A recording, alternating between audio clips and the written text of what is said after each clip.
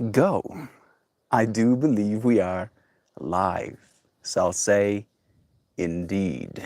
And greetings unto you, beloved and holy friend. Thank you for joining me again. Another conscious evolution.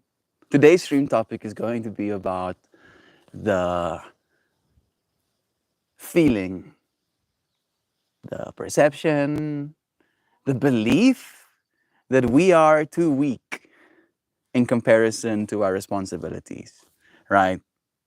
And weirdly enough, I came into today's stream topic thinking I'm going to approach today's stream topic from this perspective of responsibilities are these things in the world that we kind of have to do, right? Like it's my responsibility, apparently, to earn money and to afford a house one day and to maybe have a car if I want a partner. And then I have to potentially take care of this partner, and then maybe I'll have children, and then I'll have to take care of these children. Like these added layers of responsibility, right? And it was almost like a part of my mind was wanting to talk about today's stream topic from the perspective of that powerlessness, right? That you are almost powerless against your responsibilities as they keep adding on, convincing yourself that you are not strong enough to handle it all. And then introducing, this idea, this stream topic, to our friends in the yoga today, asking Sam what she thought. She instantly shared this perspective of choice, where she mentioned that basically, in her mind, at the very least, that anything that isn't eating food and going to the bathroom, maybe sleeping occasionally, drinking water, anything other than that, technically, is not a responsibility, but instead is a choice, right? Reframing again my previous fractal, it is a choice for me to earn money so that I can help other people, so I can support other people. It is a choice for me to want a vehicle, right? So I can travel and see other people. It is a choice for me to want to, invite a relationship into my life. It would be a choice for me to have children. It would be a choice for me to start a business and have employees, right? All of these responsibilities that we'll end up facing in our life, if you reframe it into seeing it as a choice, that is technically where the truth strength lies, right? That instead of seeing yourself as weak in comparison to the amount of things that need doing, see yourself strong in comparison to those who would rather do nothing, right? That if you have responsibilities right now, see yourself as already strong, right? By definition, you are already strong. You don't have to feel weak. You are literally strong because of the amount of responsibilities you have. So that is today's stream topic introduced. We'll potentially have to go and talk about it again, as new friends join us and they're curious about what we're talking about. But to the friends who are here, who got to have today's stream topic introduced, this way, thank you for listening. Share with me what you have been going through. What responsibilities have you felt weaker than, right? Maybe there's an extra few layers of perspective you friends can give me, right? Maybe I'm missing some points, some fractals, some considerations. So please do enlighten me. We have Christos joining us already. Giving you a thumbs up as well, bro. Sending you lovin's man. We have Joe giving us a lightning turtle. And we have beloved Sam saying, we choose to engage with society or to take the name energy turtle and become one with the land. An energy turtle where you retract, you keep everything for yourself. Is that strong? I'm trying to think of it almost like from the perspective of a muscle now, right? That every single time you act responsibly, right? Every single time you act with integrity, every single time you act with other people in mind, you become stronger, right? You don't lose anything. You don't become weaker. You might become irritated, you might become frustrated, but you don't become incapable of processing. Sofas? Is sofa here? Am I missing his chat? No. But I see Toast. Hey, Toast. Sending you love, bro. Yeah, how about it, Toast? Are you strong enough? So fast? Yeah, yeah. Are you strong enough, Toast, for this responsibility that is raising a child? Toasty, Toasty, let me know, bro. I don't know if that's a little bit too direct to ask that question, but today's stream topic is about that responsibility, about feeling strong enough to weather our responsibilities. And again, I'll share it again. I just woke up. Good morning, Brother Bear. Uh, today's stream topic, I was kind of showing up with a bias, showing up with the bias that I have gained a lot more responsibility in my life. And these responsibilities have made me feel, in some ways, sometimes too weak to be able to be as myself for these responsibilities as I would like to be. And then introducing this topic to Sam, during the yoga, Sam suggested that instead of seeing it just as a responsibility, right, seeing it as a choice, that technically the only responsibility you really have is to yourself, right, and that you're choosing actively to take care of little Toast, right? You're choosing to actively take care of your beloved and support her, right? It is a choice, and that choice, you making that choice, you and your beloved going through with bringing this baby into the world, that is the choice that shows strength, right? And you having made that choice means that you have already been strong enough. You are already occupying the strength that is needed in order to actually show up for those responsibilities. So I'm sending you blessings, Toast. I know you'll be fine, bro. Sending you blessings. With you in mind, Toast, I'm going to embrace the toast as well. Love is true. I bought myself some seeds, Toast.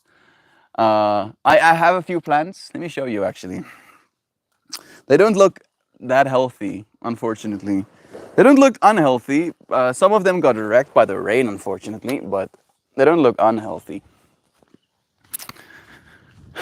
Like they're healthy. Is the Wi-Fi going to? Wi-Fi still picking, still picking, still picking, now it's starting to drop a little bit. Here are my babies. Okay, yeah, this is fine. This one, you can see she's not looking too fresh. This one's not looking too fresh. This one got blown over a little bit as well. I'm trying to support her with this little sticky. That does not look good, yo. Like she looks a little bit lumped over. I think it's like all of the wind that I got. I did put them up here because the sun line kind of like comes across like that. So I want to have them in the sun for as long as possible, but some of them are getting a little bit. It was in the ground this morning, and this one is really causing me concern with. So I have those little plants growing, but basically, no, not even basically, just 100%ly, all of them are bag seeds, right? So it's like technically someone else's, or maybe like I'm gonna say someone else's sloppiness, right? If you get seed in your bud, it can be negligence, right? Because you weren't paying attention enough to your plants to notice if you have a male amongst them. It might be someone else's negligence. You might be in a roughly populated area and someone else is growing plants and they forgot their male and you get seed in yours, etc., right? So if you get bag seed, technically it's not intentional more often than not, right? It's not intentionally made that way. And you can get good plants, right? Most of the bud I've ever smoked was like bag seed bud, especially the stuff that I grew for myself. But this year, I know I'm going to get a little bit more serious about actually spending the time to grow myself some good stuff. And if I'm going to spend the next 4 to 6 months putting work in, I might as well start with a good foundation, that is genetics. So I bought myself some seeds. I bought myself 13 seeds for like $30. Yeah, $30, about $35. 13 seeds for $35, which is not too bad in my mind at the very least. And I got myself, I know you're curious, strawberry gorilla crossed with anesthesia 99 or something like that, where the strawberry gorillas is like a fast bud strain and the other one is like a Bays, I think Bays, like a local South African nursery strain, like a cross between those. And it's called Russian Gorilla. That's the one strain I got. And the other one I got is Fog Monster, which is Fog Dog and that same Strawberry Gorillas strain. So I got two phenos. Like both of the strains I bought was like Strawberry Gorillas crossed with something else. One is Anesthesia 99 or something like that, and the other is Fog Dog. They have like gassy, fruity strawberry terps. So that seems to be the stuff that I gravitate towards. I do like my limonene stuff, but I feel like I've been there for a long time. So yeah, I'm looking forward to being able to get some good. Oh, new saplings, little seedlings. They're doing good. I'm just like feeling for them a little bit. I don't know if it's a soil thing, right? Because usually I just put them directly in the dirt, and this time around I put them in some cocoa coir, like a mix of cocoa coir and dirt. So I don't know if it's already, I don't think I have to give them any fertilizers just yet. And in choosing to engage, to do the work, each and every one of you deserve time off in whatever fashion suits you. Yeah, be strong enough to allow yourself to not be responsible sometimes, right? And I feel like not being responsible is relative. Like I kind of am a big believer in being responsible always. But there's room for play, right? There's room for play. It depends on how you choose to release your tensions, right? Because you can go by that logic and be like, oh, I'm gonna be a little bit irresponsible and, drink a whole bottle of vodka in a night. That's pretty irresponsible, right? But and I understand that energy, but you can also do the same with like smoking a whole joint, right? That can also be the equivalent. But the one, even though both technically is acting with that reckless abandon, that letting go of your responsibilities a little bit, I feel like the one is still more responsible than the other. I mean, that's where my bias is going at this point. Hey guys, here's for my melty fix again. Hey Simon, sending you your fixins, bruh. You were loved, Simon. Feel that though. Seriously, dude. I know it's cheesy, but you are loved, right? There's someone, a dude in South Africa, people in America that know Simon XCX, right? We get to celebrate having you here. You have a toasty waving at you right now, bro. Along the lines of this topic, I think of a few things. One, acceptance of what we can't change. Two, a burden shared is a burden halved. And three, you're worthy of the love others offer you in helping. I got to get my hands busy at work and I may have to dip out at some point, but Lurky love you friends very bigly and muchly. As we love you, dear Jean. Yeah, those are good points. One, acceptance of what we can't change. Like I'm trying to attach this sense of responsibility, I feel, right? Because weakness can also feel like powerlessness, right? Can register as powerlessness. For example, like seeing my little plants, like they got rained on. So because it was like raining for like a day and a half straight, every single time that little plant got hit by a raindrop, it like beat it to the ground, right? And like I was powerless in that moment to do anything about it, which makes me feel a certain sense of weakness. So I'm taking Giovan's wisdom of except we can't change. I can't change that, right? So yes, I feel too weak, powerless when it comes to my responsibility to my plants, right? Wanting to keep them healthy and strong. So that's that element to it, at least what I'm experiencing. A burden shared is a burden halved. Having help, right? Like asking for help, having people that are willing to support you in your journey, your process. Maybe if you're feeling that sense of responsibility being a little bit too heavy, right? Like I feel in a weird way, in my mind at the very least, responsibility usually comes to things being alive, right? Like it's like a fighting of entropy kind of vibe.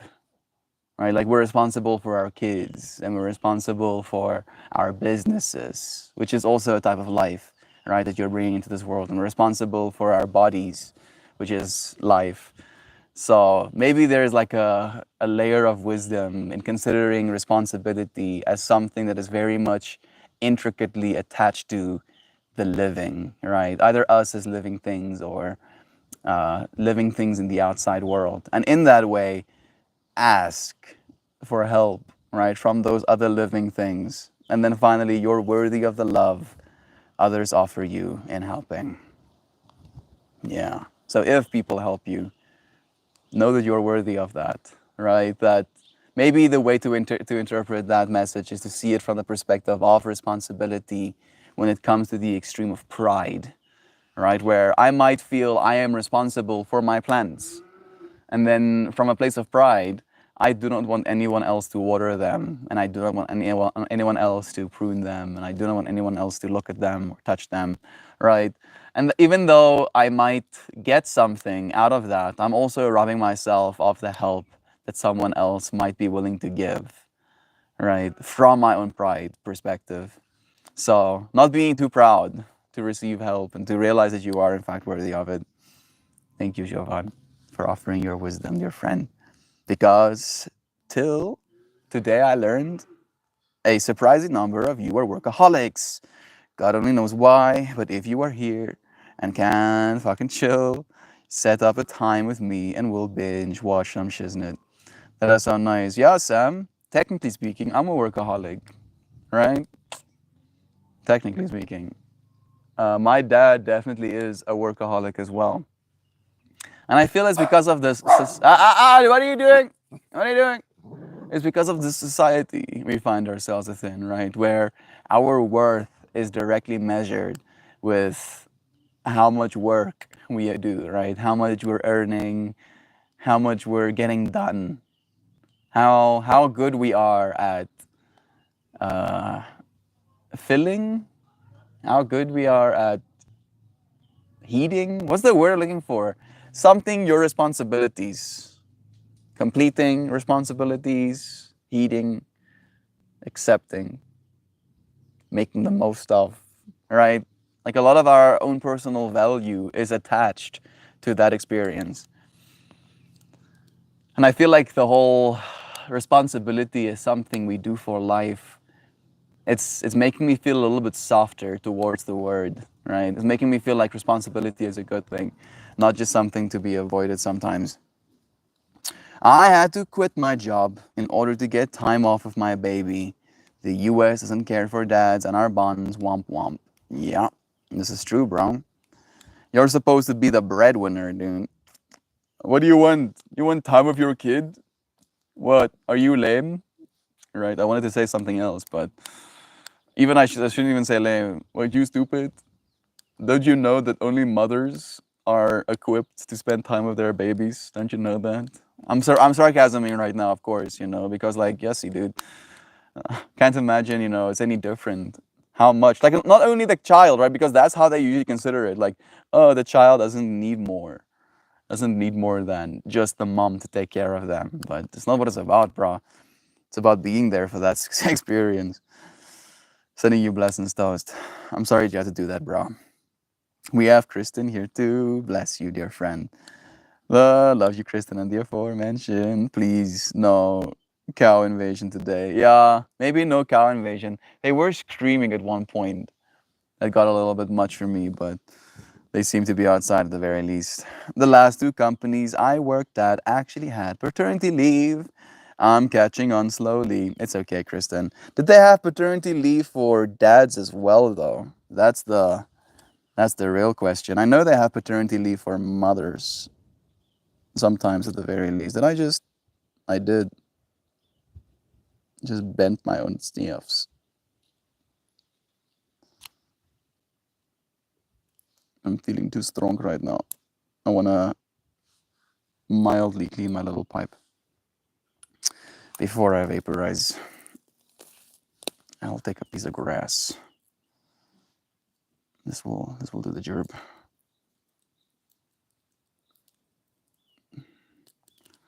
Oh man. I didn't actually. Okay, let's see.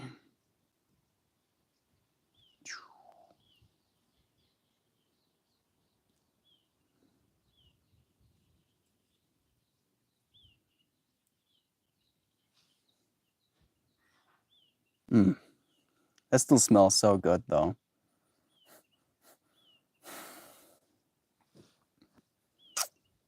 Bruh. Entropy, right? Entities fighting entropy. This is fine. It's cleaner than it was, but it ain't clean.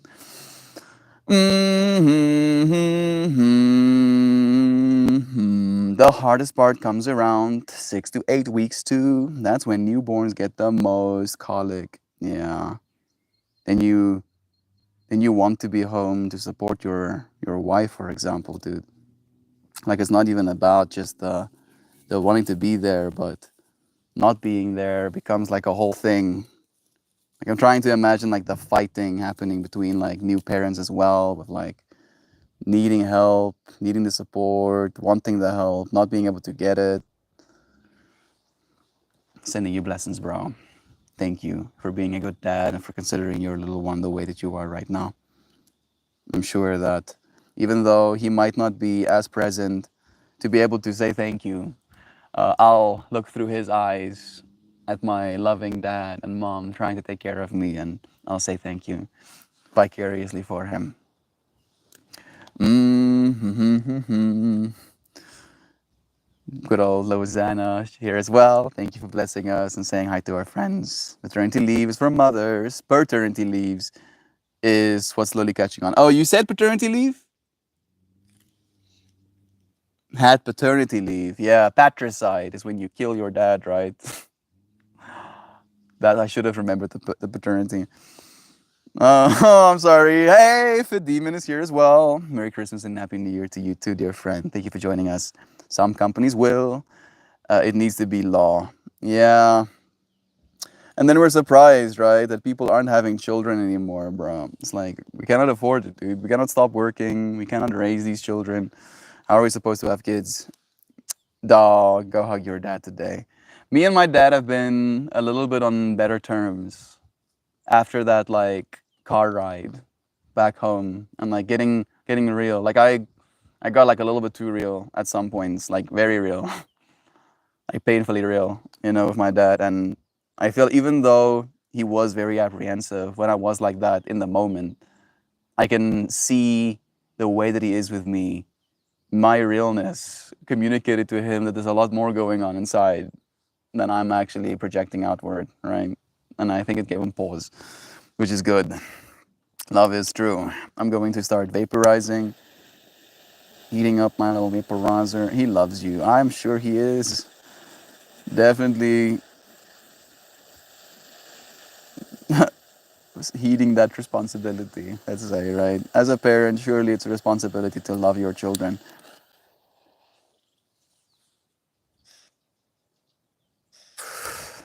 And that he does, Toast. He does love me.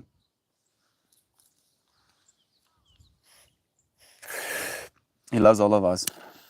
I feel like that's the thing as well, unfortunately, is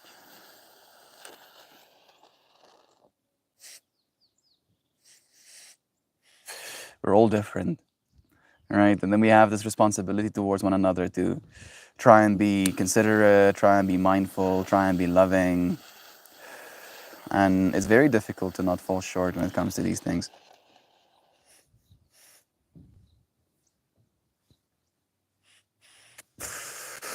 Cheers, nerds, indeed. Mm. There we go. That was really nice. I feel a sense of softness, sense of calm wash over me. My intention for today's experience is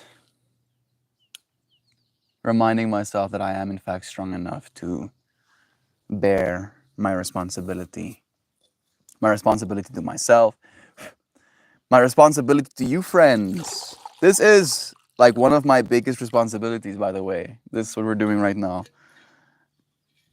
right? And I do sometimes feel too weak. And I feel today, Sam really kind of like shook me that making the choice to take up responsibility is strength, right? I didn't think I would get there, but I feel like it's the truth. We often are at our worst when talking to our parents. It awakens the stupid teenager in me when I was back then. So I have to constantly remind myself not to allow it to inform my behavior. It's difficult, right? And it's this weird fractal fit demon. The way I articulated it a few times this weekend and talking to my family members, me and my younger brother, Vessel, we don't get along, unfortunately. I don't know who that is. Right? And it is the same fractal of like when I was a young kid, when I was a preteen, technically, preteen, Vessel was like a 6-year-old, right? I was around 13, he was like 6, and Rudo was like 11. And in like South African culture, it's not really acceptable for boys to cry, right? Like that's not something you do, right? Boys don't cry, like stop doing that. So like I'm trying to like excuse myself, but I am still the one at fault because I could still know better. But we would make fun of my little brother for crying a lot. And he would cry a lot, like excessively. He would cry even more than we would, and he would cry about trivial things. Like he would cry about certain foods being made, right? Or something being in the food. Like there's like something in the food that he doesn't like or something, right? Like onions. There's onions in the food and he doesn't like onions, so he'll start crying about that. And we would make fun of him when he was like that, right? We're like, come on, bro, you're gonna be crying about onions, come on, right? And then poking fun of him. And even though we've grown up, when he looks at me, he still sees that like asshole brother, right? That's what he sees. And unfortunately, because that's how he sees me, that's how he treats me, right? That inner narrative, that inner vision that he has inside. Pepe! Pepe! Stop it! Stop it now with that! That inner narrative that he has, that I'm this asshole, causes him to treat me in a certain way. And then being treated that way makes me or doesn't allow me to be anything other than an asshole back, right? If you're treating me like an asshole, like you're treating me like I am an asshole, right? I'm going to have to bring more shit to the table. I'm so sorry. I'm so sorry. It's visceral, I know, right? And then it's this almost like self-fulfilling prophecy that what we choose to see in another person becomes our reality because that's what we're seeing. And it's this weird trip of like how are you supposed to fix that, right? Because it happens with our parents as well, right? Like they're still seeing us as children, right? And then they're treating us like children. And then being treated like a children causes you anger, causes you distress, causes you to want to lose your shit. And then you do. And then they're like, yeah, look at how immature you are. And then it's like this self-fulfilling prophecy. The amount of right? And then maybe it can be seen as a responsibility as well, right?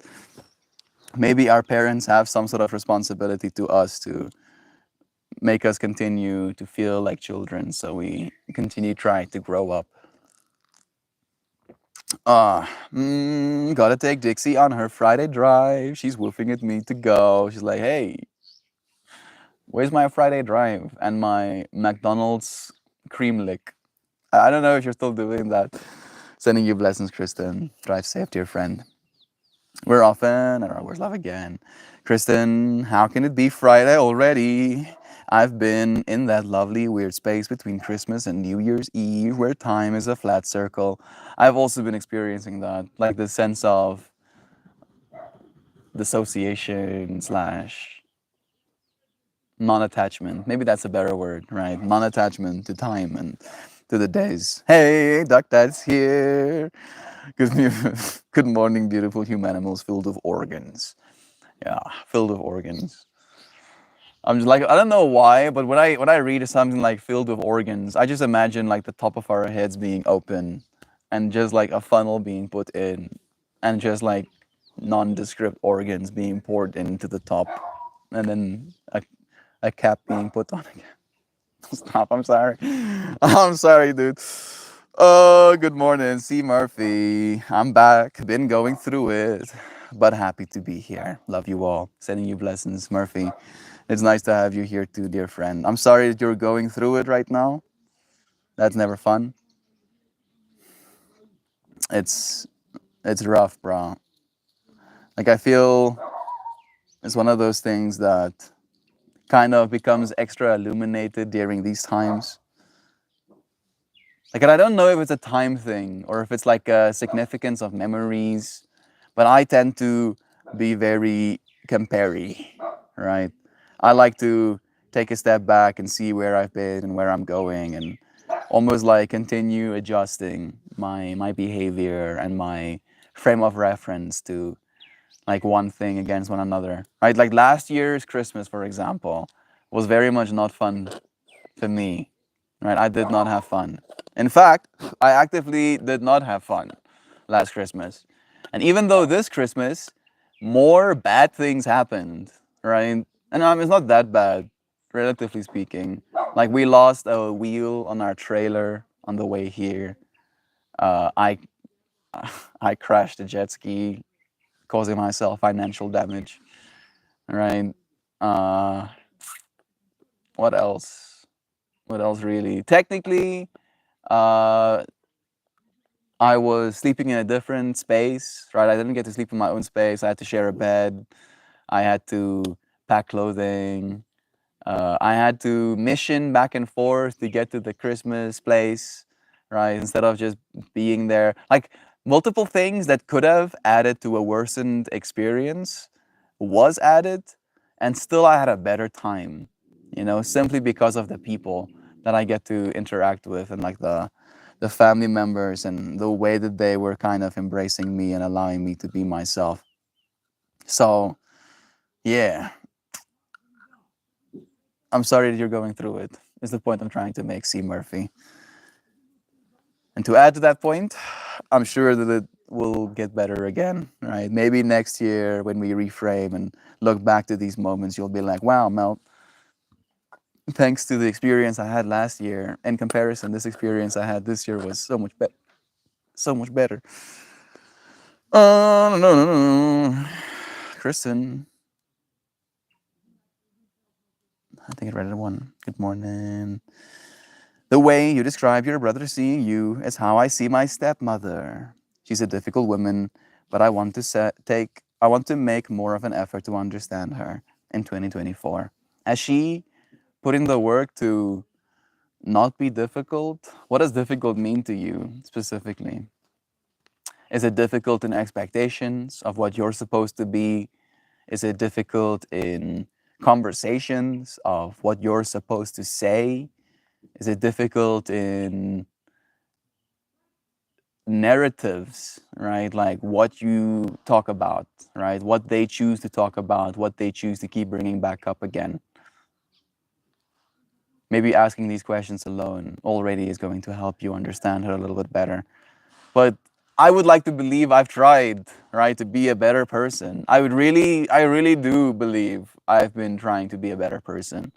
I feel like that's the thing that makes it so sucky when it comes to the relationship I have with my brother, is where if he's not willing in the way that you are right now to get to know me better, he won't. And he hasn't, right? And now I'm moving out within like the next 30 days, technically.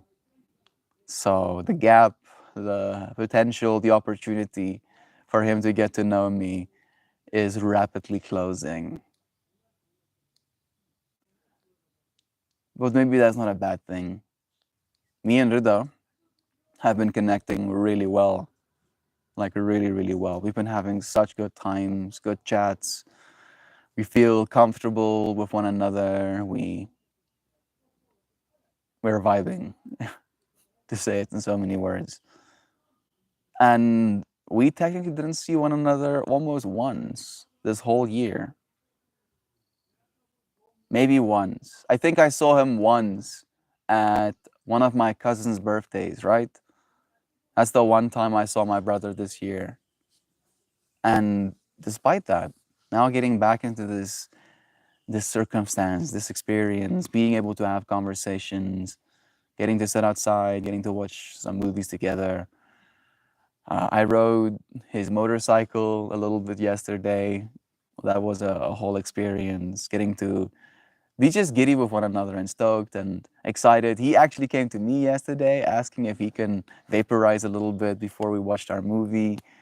Getting to share that with him, like it's like, you know, the connection we have built with one another and this willingness to know one another and to love one another for who we are and to celebrate the other person despite us not seeing one another the whole year hasn't gone away, and it's just made now so clear because of the year of not seeing one another how genuine that connection continues to be.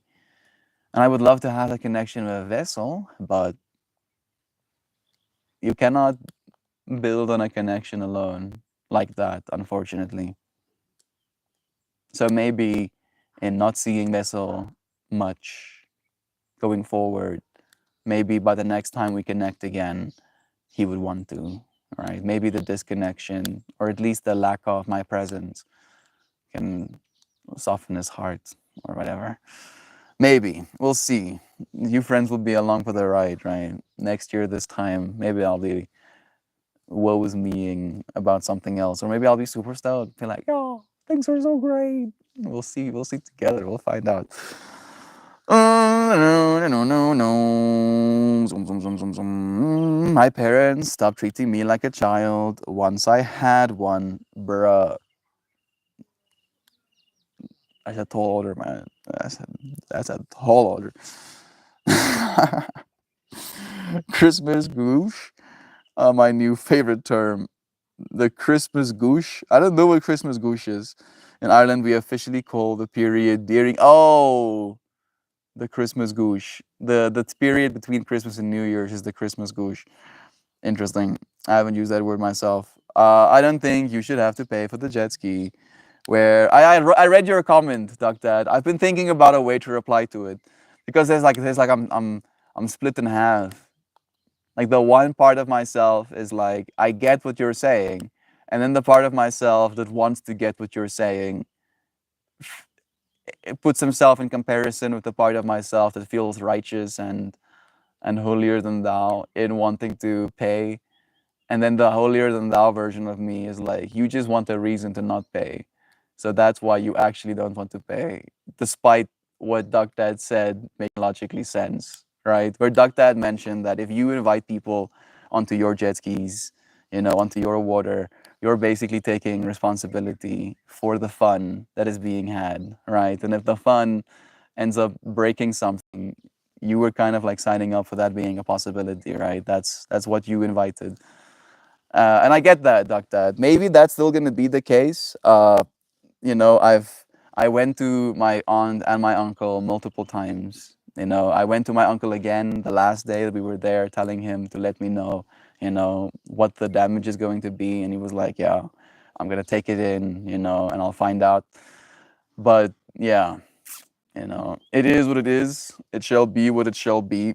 I'll take it as it comes, and hopefully it won't do too much damage. Responsibility, right? It's today's street topic is about responsibility, Doc Dad. So I feel like it's apt. Take you on the jet skis, assuming all responsibility because they're supposed to teach you. Yeah. Thank you, brother Bear. Thank you for holding my heart as well, man. It's nice that despite the hardships, you were able to come together with the family. I was in an unfamiliar surroundings too, but I had an autistic meltdown at the event. I had to leave early on the road to recovery, though. Bless you, bro. I'm sorry to hear that. I know those are difficult. Sending you strength. You're strong enough to deal with those responsibilities. I believe in you. Within 30 days, that's so soon. Also, me and my sister didn't get close until there was distance added. Sometimes there's gonna happen. Sometimes that's gonna happen if you're root bound. Yeah, that's beautifully said, actually. It is trippy, right? Thinking about it within 30 days. Hey, Joy Vive, I'm sick and I'm lurking. I didn't know you were sick, Joy Vive. Joy Vive didn't show up for yoga yesterday and this morning, and it's been like on my heart. I've been missing her. We missed you yesterday, Joy. It's so nice having you here. I'm sorry that you're feeling sick. Taking a deep breath, releasing it slowly, hoping you feel better real soon, dear friend. Can all of you just imagine Joy Vive being absolutely stoked, big smile on her face, lungs open, nose clear, excited to participate in the world and have conversations? Can you see Joy Vive like that? Yeah. Yeah, that's how I see Joy Vive.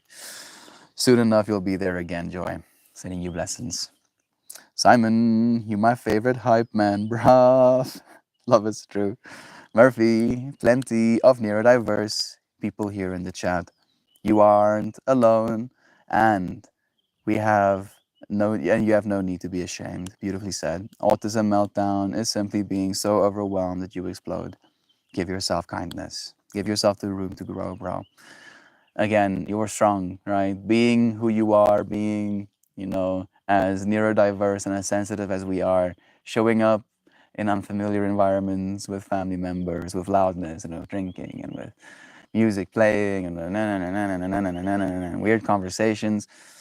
It's a lot of information.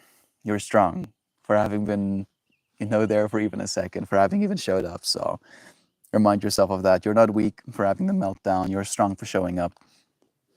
We're all here for each other. It's called talk therapy. That it is. All therapy is talk therapy, right, Simon?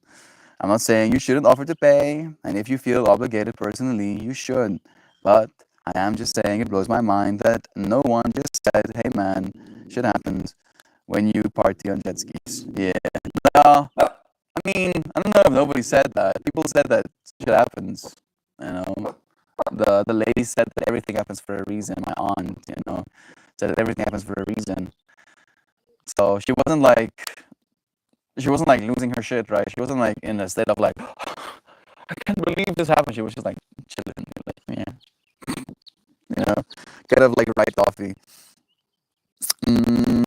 Morning again, Joanne. You're a good person. It's only natural for good people to want to do right their wrongs. Thank you about that. Like I don't make mistakes like that a lot, right? I try to be very responsible, right? I wasn't even intoxicated. Like I feel like it would have been easier for me to feel some way about it if I was intoxicated as well. But I do try to be an extremely responsible person so that I don't have to deal with stuff like that. But yeah, you cannot be perfect, right? Sometimes the responsibility catches up, and then all you have to be is be responsible, right? Simon, we're close, and we share things because we have this closeness. I think it should be made clear that this isn't therapy, and it shouldn't be thought of as such. This is a think tank, and sometimes we throw some bullshit out there. So I agree with both of you, Sam. I see Simon's fractal of what he considers therapy, and that's why I mentioned all therapy, right? Technically, all therapy is talk therapy. There is benefits with this stream because as I'm introducing ideas and as we're exploring different people's narratives, there is still therapy, cognitive dissonance or growth happening in our minds, right? And I believe that process is one of conscious evolution. But, and this is where I feel Sam coming in, Sam doesn't want you to see this as a replacement for therapy, right? As an alternative, as a reason to not go to therapy, right? Because therapy can still be useful and still be beneficial. And if we had to make the space a purely therapy one, it might just be a ceaseless trauma dump, right? From one person to another. So I see both of your friends' sides. I see these streams as conscious evolution, right? That's the way I see it. I feel like that's the somewhere in the middle, right? The closeness we have, that is like the closeness you as consciousness have with yourself. And all of us have that closeness, right? All of us are a conscious self occupying physical space right now, right? So we have that closeness as a community, because we share that, we have that in common, and then we choose to show up in this space together as those versions of awareness, right? Giving to this space our attention, and then I try to, as a host, steer us in some sort of direction. Today's direction is responsibility and how strong we feel in our capacity to bear our responsibilities, right? And then you friends share your ideas and your depth and your understanding of that. And then I'll try and share my narrative if it is something that I believe can help add some perspective, right? The way I see it is, when you listen to a conversation coming through me, it's like you're watching a different version of you. And hearing me say something that this version of you that has said inside your mind, it might make the version of you that you are inside feel a little bit less alone, because you can see another version of self going through the same stuff, right? So is that therapy? Is that therapeutic? I believe so. It's therapeutic. That being said, right? But yeah, love is true. Love is true. To simplify it, that's what we're here for, and I appreciate you, friends, showing up for it as well. Joy Vive, soothing and silly hugs coming your way. Bless. Think Tank makes us sound so cool. Yeah. I was actually like feeling into that as well for a second, Duck Dad. Think Tank makes us feel like we're making gang cash, bruh. Oh, we're a think tank. Yeah, me and my think tank. Actually, it kind of works. Maybe that's what we should start doing, right? That way people can't label us as a cult. Like, it's not a cult, it's a think tank. You see people squinty eye looking at us, being like, isn't that just a cult of extra steps? Mic checked. Too many auras and other thoughts. Yeah, like the having to deal with other people's like minefields, like that stuff intersecting with yours can be a lot. Like, as soon as I go back into the city and I live in like an apartment building, I can like feel those thoughts as well, bro. It's a whole trip. hmm I'm guilty of BS sometimes. We all are, bro. It's audio suddenly got glitchy. Melt. Oh, is it still bad?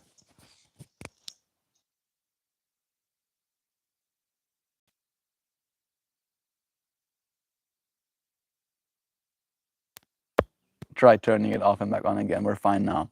Okay, thank you. Then it is probably Google, like YouTube. Sometimes I don't know if it's compression or something falls apart. Which movies did you and your brother watch together at Christmas? Last night we watched the new Spider-Man Into the Multiverse movie together. And the night before, we tried to watch Mr. Doctor Strangelove. How I Stopped Being Afraid and Learned to Love the Bomb. It's a movie from 1964. It's like a comedic. It's not that comedic, but it's a comedic take on the happenings around nuclear war, right? Around people going rogue and ordering nuclear war, and then, metaphorically speaking, closing their ears and going and trying to get the nuclear war to commence. It's like it's a movie recommended to me by Larry. Pepe, come on, alsjeblieft. Stop that. Pepe, stop that. Freaking geblafferij. It was still good. Like, it was a good like insight into like the world that they wanted to portray. But my brother fell asleep for that movie, and he fell asleep for the movie last night as well. I technically want to maybe just spend more time with him sitting outside and maybe like watching the stars or whatever, but it's been raining out, so it hasn't been that easy. Thank you for asking, Fit Demon. How about you? You watch anything with your siblings? Supported me so much. Massive thanks. Bless Simon. Thank you, bro. Thank you for being willing to reach out. Thank you, friends, Duck Dad and Kristen, for sending our Simon some love as well. We're fine now. Audio okay. Thank you. But thanks for your troll face, Rabbit Kristen. We can now use it for mischief. Make it a sticker, sticker that only the members can access. Sell pieces of myself, right? Sounds good to me. I have been looking for a think tank. Nice. Yeah. We do, well, like, technically, if you want to get real technical about it, we do come into this space and think about things, right? Right? And then you share what you think, and then I share what I think about what you thought. And then you share about what you think my thought was about what you think. And then I share about what my thought about what you think about my thought was when I thought about your thanks. Right? And then before we know it, we've all the thanked the thanks, right? And then we can go into the world having think tanks. I'm sorry. I only watch movies that Larry recommends. I watched a wombat documentary with my mom. She enjoyed it. Uh, what Larry do you know, Joy Beef? Like, I'm so confused for a second. Maybe Larry is like someone you know. Oh man, that movie is great. I am so stunned. You've seen it, Mel. Doctor Strangelove is one of the best. Yeah. Now I'm cultured too. Look at me culturing out here. Yeah, yeah. Feels good. Feels good to have Sam's approval, actually. Mm, this is nice. Love is true. Oh, that's no face, man. That's a new animated movie on Netflix called Leo. Very good. Adam Sandler movie. It's an old iguana played by Adam Sandler and his turtle friend Squirrel played by Bill Burr. Melanie is obsessed with it. Yeah, I can see that. Right, like the whole fascination. Like I was super obsessed with Doctor Doolittle. I was super obsessed with like not like I'm super obsessed, but like obsessed enough to want to see it. Like for a while with like the Air Bud movies, with those talking puppies. I really loved Babe. It was called Babe, right? The talking pig and talking animals. Like I adored as a child movies with talking animals. And Leo is basically, you know, a talking animal movie. If you're thinking about it from the child perspective, like the fascination of like, oh, animals can talk, you know, because in my mind still to this day, right, there's like little inner voices happening in our animals. So I'm sure that she would love it. I'm happy that Melanie gets to see cool movies like this in her age. We've watched it in full 5 times, and this is a kid who never had any desire to sit down and watch a movie. Goodness, have she seen some of the other classics? Has she seen in Encanto? That one I really liked as well. It might be a little bit too much though in comparison. I feel like Leo is by premise simple in comparison to Soul or Coco or Encanto. I like all of those movies as well. Kids movies, these are fire. I'm not going to lie, it was pretty funny. It's about helping kids learn to be uncomfortable with themselves and maximize their potential. Yeah, like the one for me was like the girl who talked too much, right? Him just like simply teaching her to just ask questions. Like, and I knew that, but still watching that movie re-illuminated that truth and that understanding in my mind. I was like, oh yeah, this is important. How about that?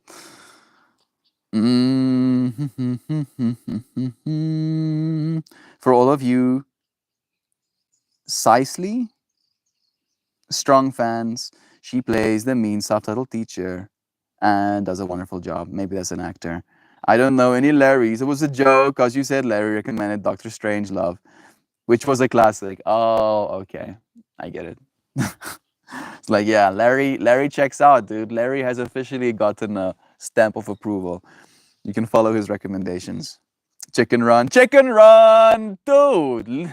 Simon, weirdly enough, I actually watched the new Chicken Run movie with my family recently, right? I feel like the new Chicken Run movie, in comparison to the first one, wasn't as good, unfortunately. But I was like a 7-year-old or whatever when I watched the first Chicken Run movie, so I'm probably looking through nostalgia glasses, right? and imagining the stoked energy that I had as a child watching Chicken Run. I watched Chicken Run a few times. Chicken Run is a classic, really good one. I mean, how many times have you guys helped me with my business? Totally a think tank. Yeah. I mean, I'm serious. Like we can call it a think tank, right? A think tank where what we think about is conscious evolution. Like do that. I'm serious, right? Take that with you. If somebody is like, "What are you doing?" for like sometimes an hour a day, you go, "I am going into my think tank." And then I expose myself to ideas.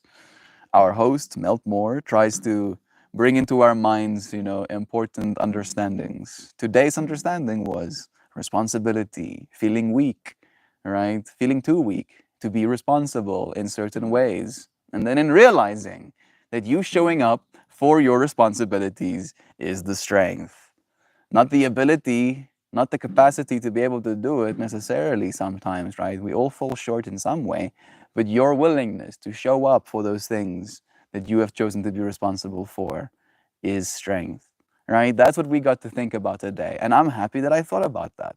I feel like, yeah, I feel that sense of almost like accomplishment, maybe it's dopamine or something.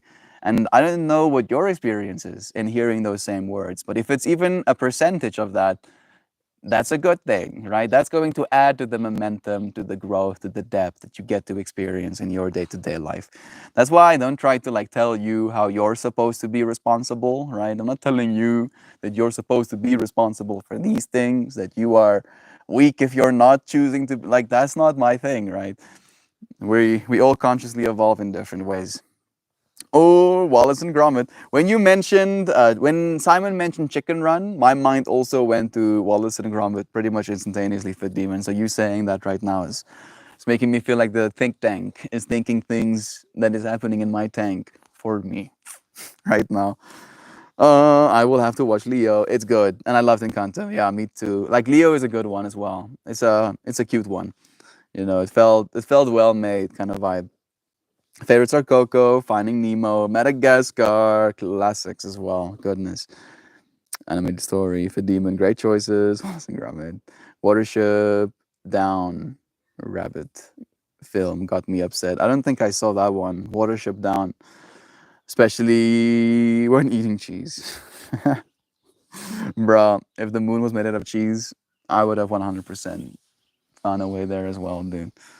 Would it be good though? That's the real problem. I mean, it is in the vacuum of space, so how deep would you have to go? Wait, I got Encanto and Coco mixed up. I've never seen Encanto. Apologies. Coco is also good. Encanto is a little bit more like family. Like if you're dealing with like of hair, if you have dealt with some family weirdness in your life, watching Encanto is probably going to be pretty meaningful to you. I'm one of the freaking people in that movie, bro. And it's almost surreal how much I am alike to that one character in Encanto. You friends know which one I am? He even has my symbol. He even has the same symbol as me. That was the trippiest part where I'm like, oh, this character seems a lot like me. And then he literally has the same symbolism that I choose to show up for as my archetype. And I really like the future. Some of your friends might have noticed this about me. And I believe there is value in trying to communicate, trying to share the future with other people. And it can mess things up. Yeah, it does, in fact. It does. More often than not mess things up. It's a weird power to have, if it can be considered a power at all. Might just be intuition. Also love Shaun the Sheep. Classics. I used to watch those endlessly when my kid was little. I still do sometimes.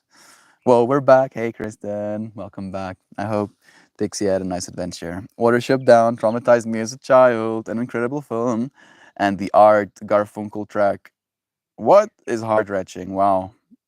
Art Garfunkel is the artist for the music, bro. That sounds pretty intense. I mean, if we're gonna talk about stuff like that, then we have to talk about like the Studio Ghibli films, right? I can just say that. I can just say Studio Ghibli films, and that's more than enough trauma for all of us collectively. You don't need any more trauma. Like that, those movies are like so real. Finding Nemo, huge favorite of mine. I mean, with the amount of times I watched it, Finding Nemo comes second only to The Road to El Dorado. That one I watched into oblivion. I really, I think it's like a weirdly enough, Finding Nemo and Lilo and Stitch might also be contenders. I think Lilo and Stitch might have been watched a little bit more, but it's like Road to El Dorado, Lilo and Stitch, Toy Story 1, uh, of course,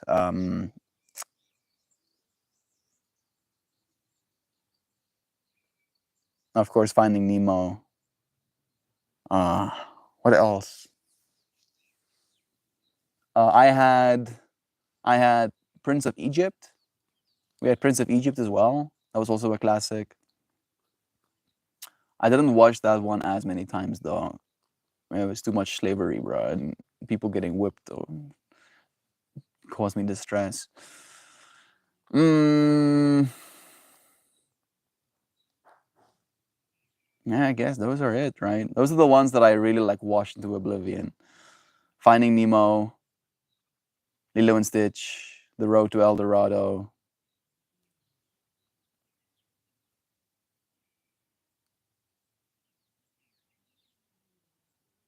Toy Story. Like I feel like I'm missing some, but clearly they weren't that impactful or something. Duck Dad, I have a wicked lady crush on Cicely Strong. Hey Google, who is Cicely Strong?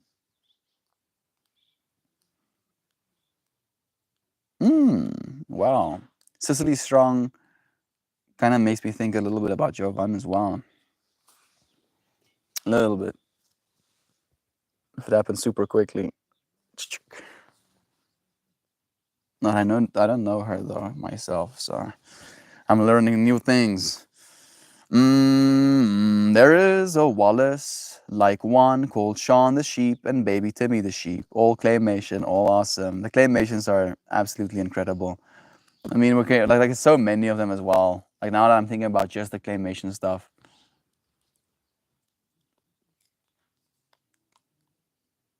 like I'm thinking about some of the scary stuff as well, like the indie films with claymation. Interesting. I will definitely have to watch Encanto. Some movies I cannot watch right away. I find they're too powerful for me to watch until I'm ready sometimes. Brains are complicated mazes. Weirdly enough, C. Murphy, I really understand what you mean by saying that. Like what you just said technically sounds like insane person gibberish, from a normal person's lens.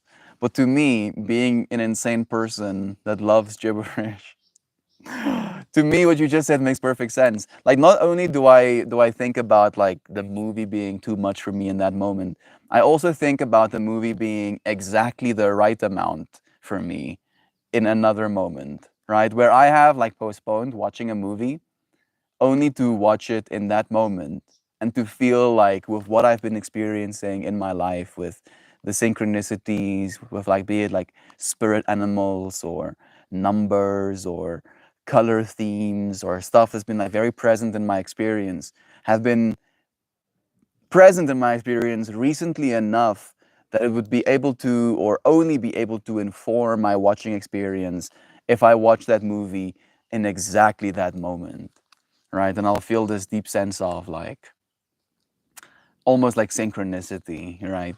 Of like, wow, this movie was made for me, right? I was this movie was not only made for me, but this movie was made for this specific moment in space and time, so that I can interface with reality in this way, right now.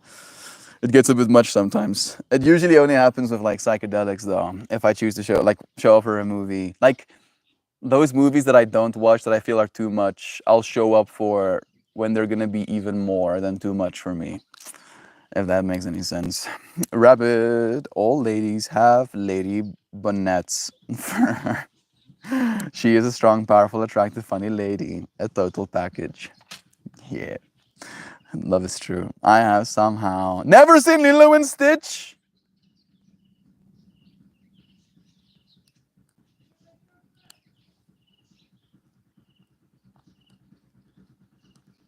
I forgive you.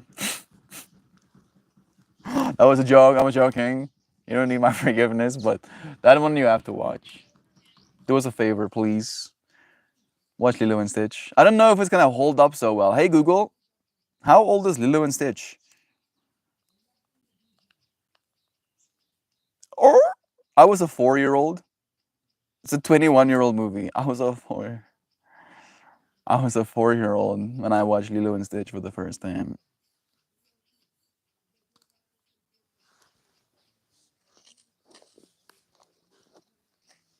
That's uh that's a lot. Thinking about the fact that there's multiple human beings that I know and I've met that are not as old as this movie that I deeply adore. Yeah, that's so it's pretty old. It might not be that visually beautiful anymore. I still think it's gonna look good though, right? I'm like looking at it through my own childhood eyes though, which I can feel myself looking through rose-colored lenses, being like looking at Stitch, like a kid looks at a puppy in a pet store nonstop. That's my state of mind. It's like I'm looking at a puppy in a pet store. Ah, oh, yeah, good. It's a good movie. Watch it. Watch it, Loazana. Surely, I don't think you won't regret it. It's like a family movie, right? Like that movie is about family as well. So maybe it's gonna be meaningful for that reason too. See Murphy, I feel that too. Like I need time for my subconscious to tell me I'm ready. Absolutely. Inspector Gadget. Forgot that fractal. I haven't watched it in a long time, and I feel like when I did watch it, I was like thinking about my own stuff while watching it too much, right? Like I was like watching Inspector Gadget, but my mind was like, this is how I would Inspector Gadget my hands, and this is the tools I would want to put in my body, and this is the type of gadgets I would want. That was where my mind was going, and then he would like Inspector Gadget in one way, and I'd be like, that is some stupid ass Inspector Gadget thing, bro. I would Inspector Gadget like this. That was what's happening in my little kid brain. So I can't really remember what happened in the movie, unfortunately.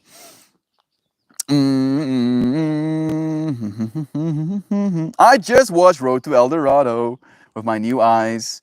It had a lot more meaning, bro.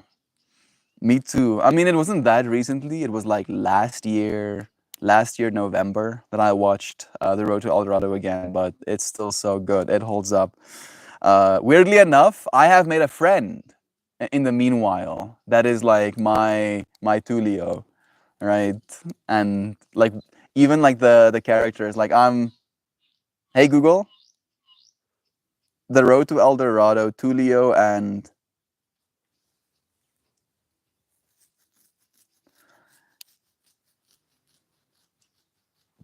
Miguel. Yeah. So I am obviously Miguel. Meltmore is Miguel, surely, and then Christian is Tulio. And like the character traits, like is almost like eerie to see how I watched that movie as like a little kid and adored it, and loved like the relationship that these two friends have with one another, and like the depth that they get to like be, as like friends, and like longing for that as an experience, and then growing up, getting that experience, and then rewatching that movie, having that friend in my life, right? That I can just like, you know, it was, yeah, it meant a lot more for me too, dude. Instantly started humming the song. Her Janine Pirate impression is always hilarious. Worthy looking up on YouTube. Seeing your fascination makes me happy, Lozana. Funny that you meant Prince of Egypt because I just watched the Ten Commandments yesterday, and about 30 minutes in, my brain realized it was just a live action Prince of Egypt. Oh, lame.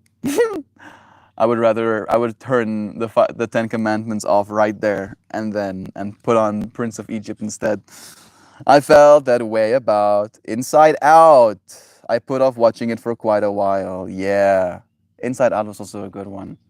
I feel like that one is also one I probably should rewatch at some point. But Buell Brenner was great in it. Major guy crush on that man. Don't know Yul Brenner. Hey Google, Yul Brenner. Oh, goodness. He was the pharaoh? I'm guessing he was the pharaoh.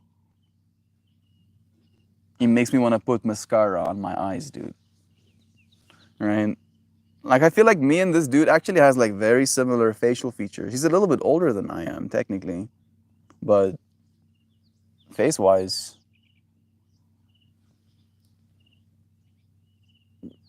right? Mascara. Should I start wearing mascara? Have like super dark eyes, piercing eyes that stare into your soul. You can see all of your sins trying to hide, but my eyes illuminate, casting light. There is no hide. I shall see you. Hey, Nancy is here. Bless you, dear friends. Nice seeing your name here with us. Lion King. There it is. I knew there was another movie that I watched many times as a child, but I couldn't remember it. It was Lion King. Thank you, dude. I appreciate you reminding me of that one as well. I don't know how that one slipped my mind even. Exactly. Finally, someone who speaks insane person gibberish. Synchronicity is strong. We are different beings on different days, intersecting with the energy, getting into it. Love is true, bro. As a kid, claymation was literal nightmare fuel for me. I've mellowed in my old age. I mean, uh, hey Google, what are some of the scary animation claymations for cheat kids? Hey Google, what are some of the scarier kids claymation movies? If you know what you're gonna say, it's easier to say the right thing. Yeah, Monster House. That one is the one that fucked me up. that one, that one, unironically, like did some psychological damage to me, like for real, for real. Um, yeah, was that even claymation? I think that might have just been animation, but the Nightmare Before Christmas had some eerie vibes to it. Coraline had some eerie vibes to it. The Frankenweenie, Paranorman, those ones had some weird vibes. The Dark Crystal, that's not technically claymation. That's more like dolls, but also very cool. Also kind of weird. Corpse Bride, that one I remember watching. Also kind of like unsettling as a kid. And like there's a bunch of other ones. Ah, I just saw this movie's name, The Spiderwick Chronicles. What a trip! I wish they remade that movie. Like I think it would. It's such a cool premise. Like I love seeing weird nature organisms. Like I feel I would love to like go to alien planets and just see, their nature. Like that's something that fascinates me deeply. Okay. And weirdly Frozen. I saw it in the big theaters in 3D before it was everywhere, and I related to Elsa so much. It did feel like it was made for me, and in a weird way, it was. Louisiana, right? You showing up for that moment in your consciousness, it is made for you, right? Like surely other people get to have that experience as well, but nobody gets to have the experience you had. Nobody gets to make the connections you made. Nobody got to have the life experience you had leading up to that moment. And it is that in that moment it is, right? And that feeling is yours. Like sure someone else can come and be like, oh no, the movie wasn't made for you, asshole. The movie was made to make money or whatever. But it doesn't matter. It is what it is to me in this moment. I love Frozen 2. It was strange to have my favorite movie be the same as every little girl's on the planet's favorite for a while. My niece thought I was so cool. He was the Pharaoh, of course, yeah. Any love for Aladdin? Robin Williams was so wonderful in it. He was like comedy firework. Robin Williams, rest in peace, bro. You were missed, dude. You made a big difference in this world. Aladdin is like one of my top favorites as well. That one is also one of the ones we had actually. Man, so many good movies. Creature Comforts DVD. Not without my handbag. Just watched that one a few days ago too. Out of the blue, watched the video. Weird. Rabbit. I love Frozen 2. Saw myself as several of the characters through the film. Good feels movie for sure. Absolutely. Monster House was fucking great. Accessible for all ages. Had a gripping story and a really wonderful resolution. I enjoyed it and still enjoy it.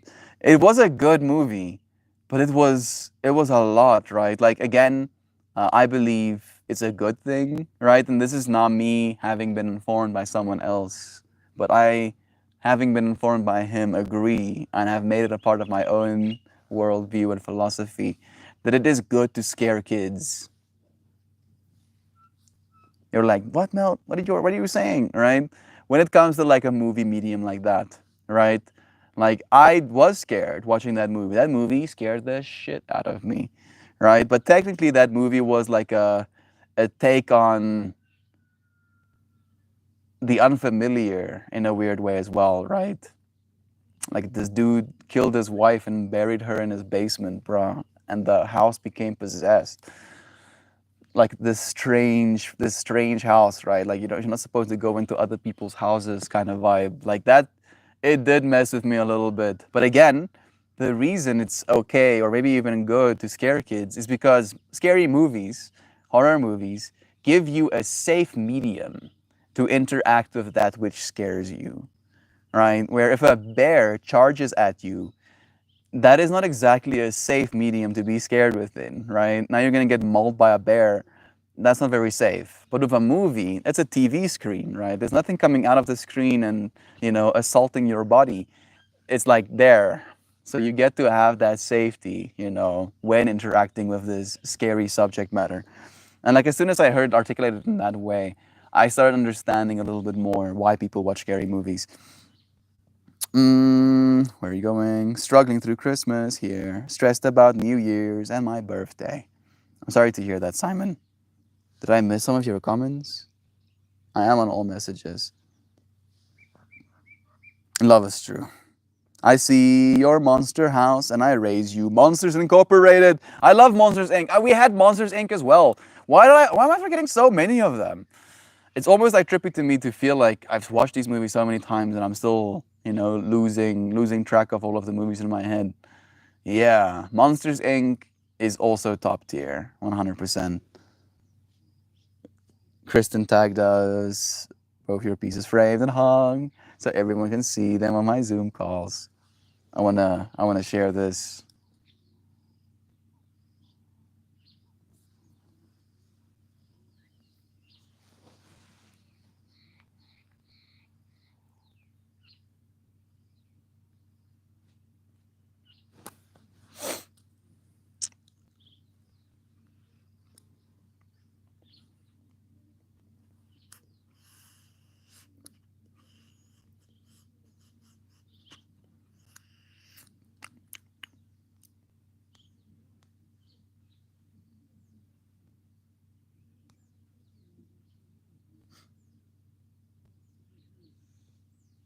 Oh, yay!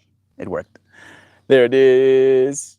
Our beloved Kristen sharing works of art with us. This one is this one is Sam's support painting, and this one is one of mine. What a trip! Friends of this space's works of art have been acquired by friends of this spaces and put them in their homes. And now, every single time, as she said, our beloved Kristen shows up in space, in a Zoom call or whatever, other people will have those images put on their screens, putting those images in their spaces, influencing. This is one of Sam's newer ones. This is incredible, Sam. This one looks really good. Oh no, the re is real. I'm sorry, Chris. Some re, right? At least mild re. Look at that. Man, that is so sexy. Apparently, I'm not supposed to use the word sexy like that, but if that isn't sexy to you, I don't know what sexy is, I guess. Like I want to get lost in those colors, right? I want to live there. I want to go wherever that is, and I want to live there. Kind of gives me oil spill vibes as well, which is making me a little bit apprehensive. But psychedelic oil spill. This is sick, Sam. This is really cool. This is really fucking cool. Hey, getting to see some of the tattoos. Okay, let's bring it back.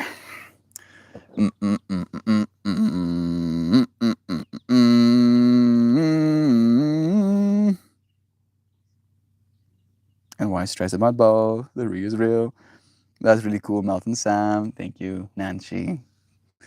Like it's cool of Kristen as well to invite us into her space like that. Kristen, Sam is R2. This is true. Kristen has Sam R2. There we go. That's the one.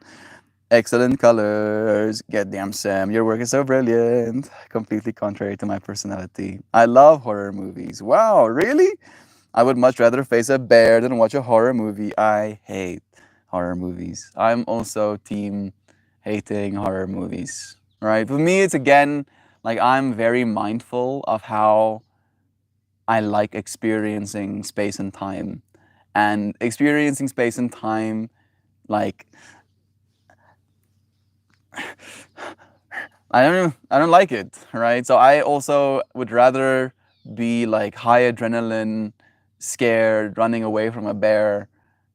Like I feel like overall that would be a more enjoyable experience than watching horror movies. Right? I feel like I would probably readjust, after getting chased by a bear a little bit. But in this naive frame of reference, I agree with Duck Dad. You spend your whole life in fight. Horror movies hit different. Yeah, that makes sense. Kind of the idea behind stress inoculation, exposure to stressors in a safe space to build your ability to handle them in active situations. It can be exercised every day through presence and mindfulness in the face of stress. Exactly, bro. That's technically what meditation is. That's what I consider meditation. It is a presence and mindfulness in the face of stress because there's always going to be something to stress about. And what we end up doing as people, unfortunately, is we distract ourselves, right? We are stressed about a bunch of things, but instead of actually just sitting down and being present, being mindful with these things causing ourselves stress and almost like gaining the inner skill to be able to bear with it, we avoid it, right? We listen to music, we listen to a podcast, we watch a movie or a TV show, so we don't have to interface with that information. And even though I do that too, right, I also need some time during my day where I'm not being mindful, I'm not being present, and not thinking about my own stuff. But I try to take at least some time out of my day where it is something that is of importance. Growing, stress inoculation, I like that, right? It is stressful sitting with your own thoughts, right? But it's inside of you. You are already inoculated, technically. Well said, Mr. Murphy. Bless. That reminds me, I need to catch up on the series American Horror Story. Oh, I forgot about that one actually. I think the last one I saw was the one in the hotel of Lady Gaga. It is a lot though. Like American Horror Story is also like very visceral. Like you're gonna feel some things. The season that had Jessica Lange were great. I don't know. I'm not good with celebrity names, unfortunately. I was always scared by horror movies. So one day I was like, no more. Same thing with haunted houses. I cried and ran out of one. Now I'm a haunted house fan.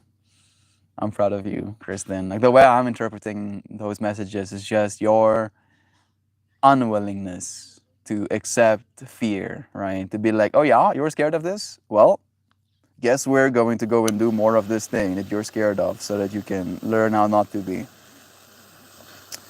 This is the reality that I am choosing.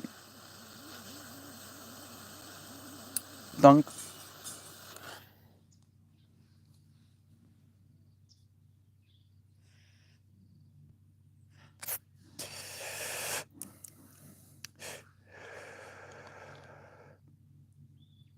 Yes, that is meditation. Love is true, bro.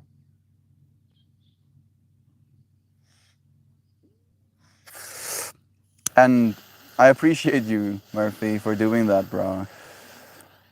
Like, this is how we grow together, man.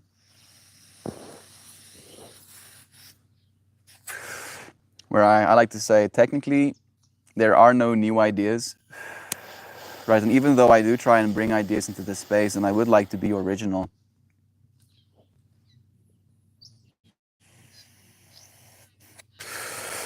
there is no such thing. Because at some point, people have thought these things. And all we're kind of like required to do right now is remind ourselves of what we already know about.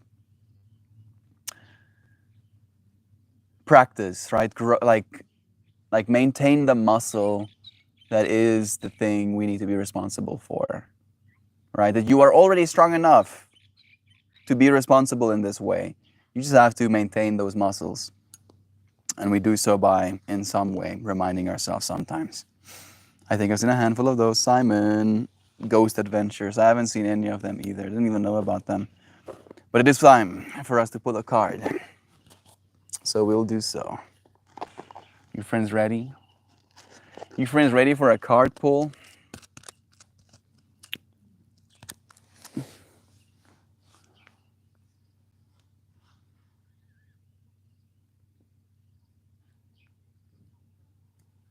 Yeah? Okay, let's go. Zak Bamas is a legend. I do not know Zak Bamas either. Growing together is what it's all about. We all share. Thank you for the muscle imagery. Thank you, dear friend. Like it's cool having you here, Murphy. Like it's trippy to me to think that you found this space through YouTube, right? You are one of our YouTube friends. So technically, you are the new generation of people tuning into this space. Most of the names you see in this space right now are friends that came with us from our pan days, you know? And like there's a part of me that felt like I was unworthy of any other attention, you know, because of how long it took for you to get here. And then here you are, and you're like the same vibe as the friends we had on our pan, showing me that it's not about the platform, it's about the people. And I appreciate your peopleness, dude. You're a good guy. Or girl. It doesn't really matter. You're a good person. You don't identify as a person, you're a good entity. Yeah. That is actively allowing your passion to flower. Simon, you got the right numbers, bro. You got the right numbers. You just missed the order, which is still pretty impressive, dude. That's still pretty cool, man. 45 versus 54. That's pretty cool, dude. Yeah, the passion flower. I guess I was lost. I'm a guy and a person and an entity. Yeah. Point I was trying to make is that you're not going to be any less loved, right? Depending on which you identify as. I technically no longer identify as a person. Is that a weird thing to say? I think we've gone past being just a person a long time ago. You know, like a long, long time ago. Right? I think of a person as like the story. All right, and sure I am my story, but surely we go beyond that story as well. My favorite again, Passion Flower for the win. No, don't be hard on yourself, Simon. You're playing the hard game, bro. Keep playing. Slowly but surely we get better, right? The Passion Flower, little cardinal chillin', hands holding, flowers blooming so beautifully. The Passion Flower. I do not identify as a person. Technically don't. Right? I technically do not. If I had to like, and this is the way my mind reasons, right? Like if I had to be abducted by aliens, right? And then they have like a bunch of us, like they abduct a bunch of people at the same time, right? They abduct a bunch of us, and then they put us in a room, and then they go, "We would like you to self-identify." those of you who consider yourself just human, right? Just human. There's nothing more to you than this thing that you think you are, right? This monkey-esque looking thing. That's all you are. Stay in this room. And then the entities that believe themselves to be within this body, but also believe themselves to be, a multidimensional entity, right? Like multiple different things. Like I am, like this is now my mind going to the extreme. This is the way I would articulate it if some stranger asked me, but it sounds pompous in saying it. I am everything, right? All of us are everything, like everything, everything, And then some parts of the everything we feel more synchronicity towards than others, right? Like the butterfly, the lion, the bull, technically, right? The triangle, the fire, the molten. Those parts of the everything are stuff that I identify with. But molten, right? Molten lava or molten steel and the human being don't exactly exist in the same realm, right? And yet there is an element to me that is like that fire and that molten steel, right? Like they're recasting, right? And that's more than just my person, right? Then there's a part of me that's like the lion, right? Aggressive sometimes, territorial, prideful, all right? And then there's the part of me that's butterfly-esque, light, going around trying to pollinate, essentially trying to touch lives, give of myself to others, and then there's the part of me that's hard-headed, the bull, right, that would stand its ground, mangle you into the ground, if you get too close. And like even though all of these parts are a part of me, they inform my personhood, right? They aren't necessarily, mutually exclusive. At least in my mind, I don't think of them as mutually exclusive. So yeah, I don't identify as a person. I identify as everything. I am everything, including this thing that I am right now, which you would call a person. But I don't identify as just this, right? Not just this. Oh, okay, enough. You're an awesome person, Melty. Love. Thank you, Simon. Again and again and again. I honestly believe I am but a mirror. What you're seeing is yourself. You're seeing the versions of yourself that you love the most in me. And I'm trying to occupy those versions of myself that I love the most, allowing you to see in me that which is in you. At least that's the way I try to think of it. So again, this is me just trying to redirect the love back to you. If you love me, that actually just means you're loving yourself, right? So do so. Do so mindfully. I have nothing more than you do. Same, you were seen to the best my eyes can see. Passion flower. We had a huge passion flower vine in my backyard growing up. It attracted so much good energy, especially since we were talking about like childhood movies as well. Extra synchronicity. Oh, for sure. There's a difference between human cattle and skilled labor. The aliens will know how to choose.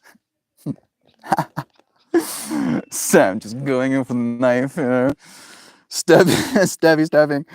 I found you on YouTube at the start of COVID, I think. That's awesome. That this group predates that.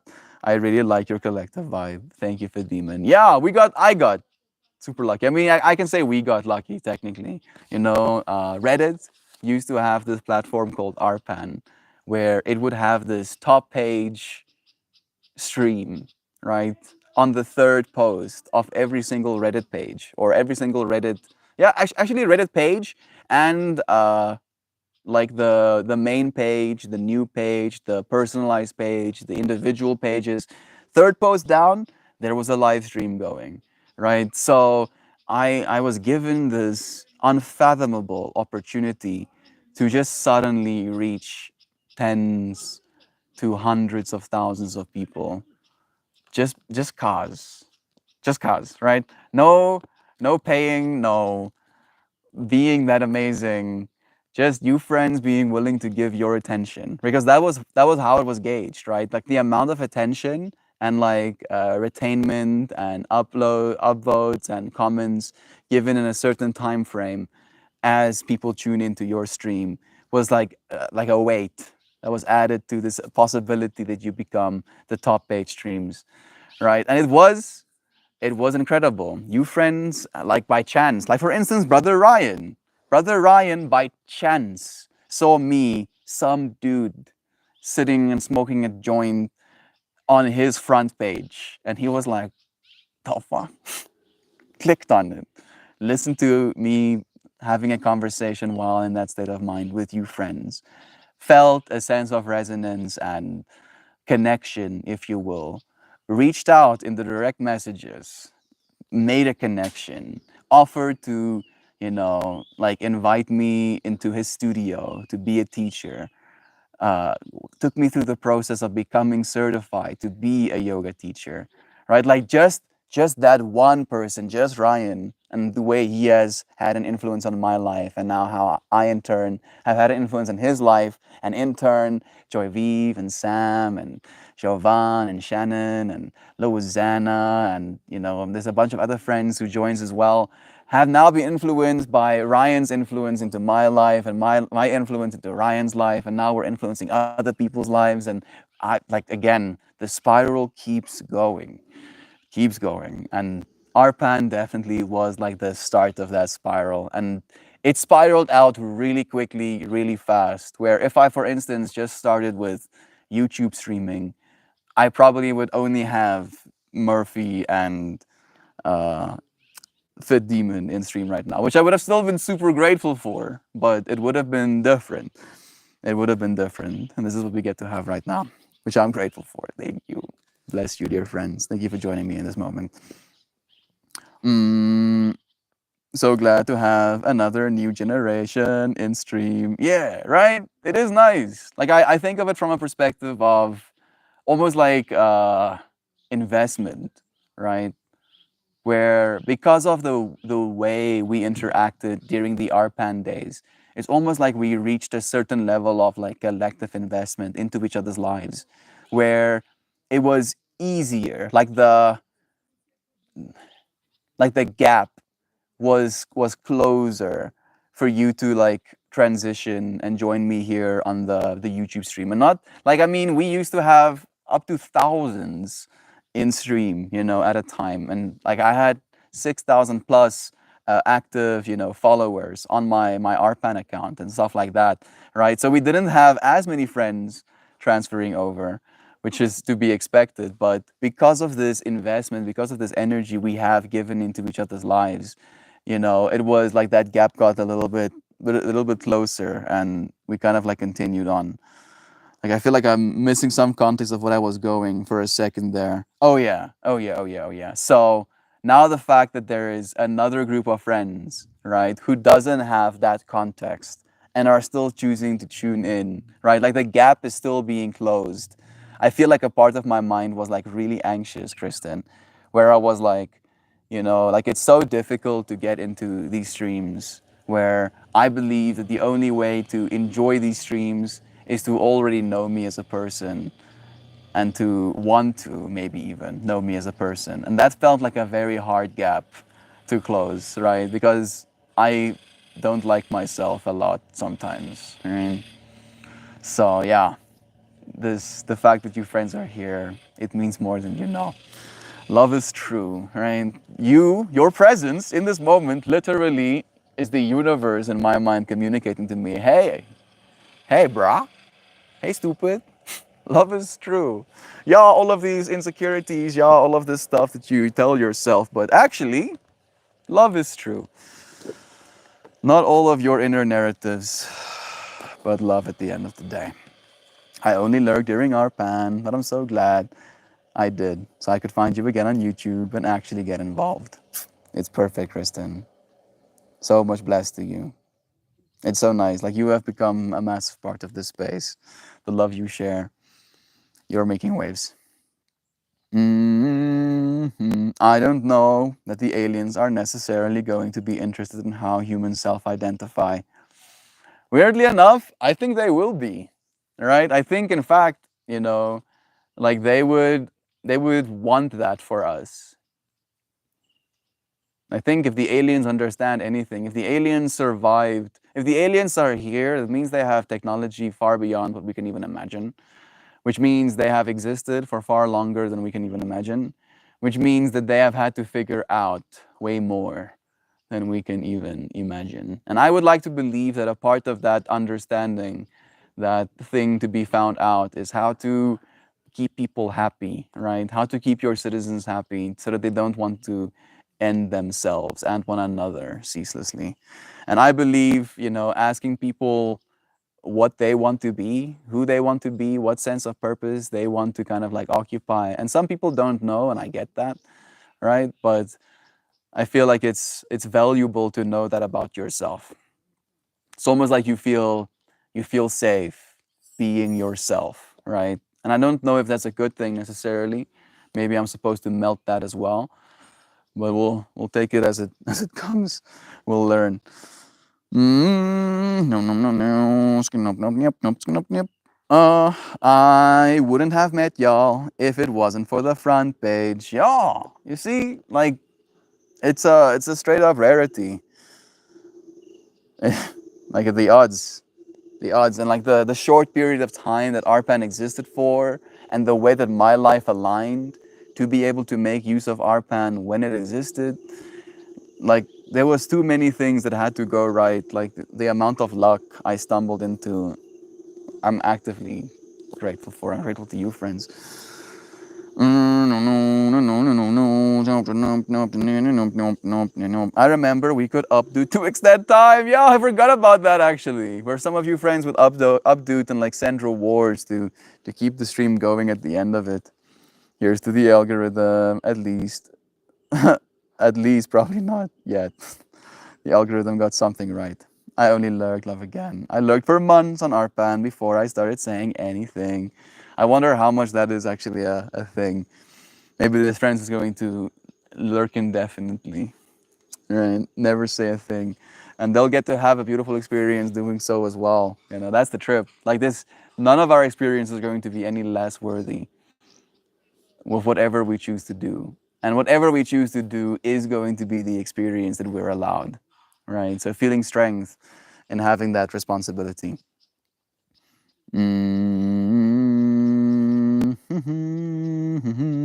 Very well said, Chef. Bless you guys. Like the minute I came in, you guys were talking about Douglas Adams, and I jumped right the fuck. I have been thinking about this group every day since I first watched.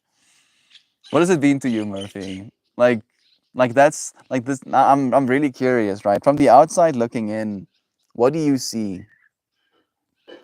What do you see, bro?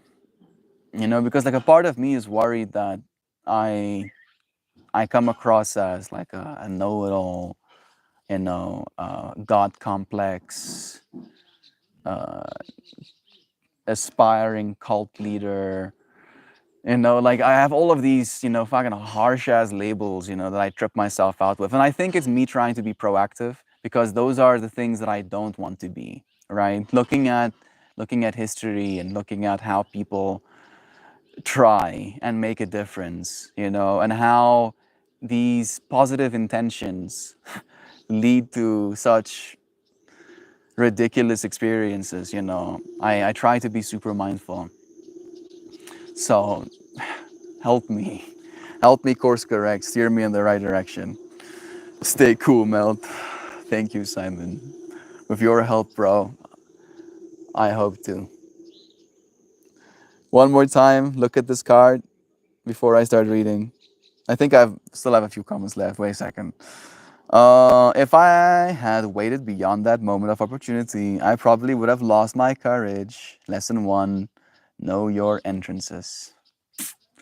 Maybe that's why I keep introducing new topics, Sam, right? Like it ups my odds of giving people an entrance. And I keep opening different doors until someone is willing to walk through one. I'm so glad you're here, Fitimin and C. Murphy. Bless. Thank you, Louisiana, for making sure our friends know that they're welcomed and loved. Sam, I think if entrances are revolving doors, I'm the idiot who stands there and lurches several times before actually going through it. Isn't it a warm and comforting thought to think that you're never alone in your self-loathing? That is a trip, right? That there is someone out there in the world right now loathing themselves. At any time, there is self-loathing happening. Uh, It's kind of makes you feel a little bit more like human, like like human, like humans are cute. There's someone out there self-loathing right now. Bro, stop. Love yourself, Rabbit. Thank you so much. Such welcoming energy. I never want to talk, but I have to interact. There's such beautiful energy. Know that you're not forced to. There's no expectation for you to, but I would like to believe you would be welcomed. Cult leader, not with this group, dude. That's actually true, Nancy. Like if I tried to be a cult leader, you friends would rip me a new one. Which is good, right? That's how it's supposed to be. That's the opposite of what a cult leader wants from his community. So I feel like I'm taking steps in the right direction. Thank you for saying that, Nancy. Bless. I see the intention behind your action. This is the way I have never been able to sense the good in people.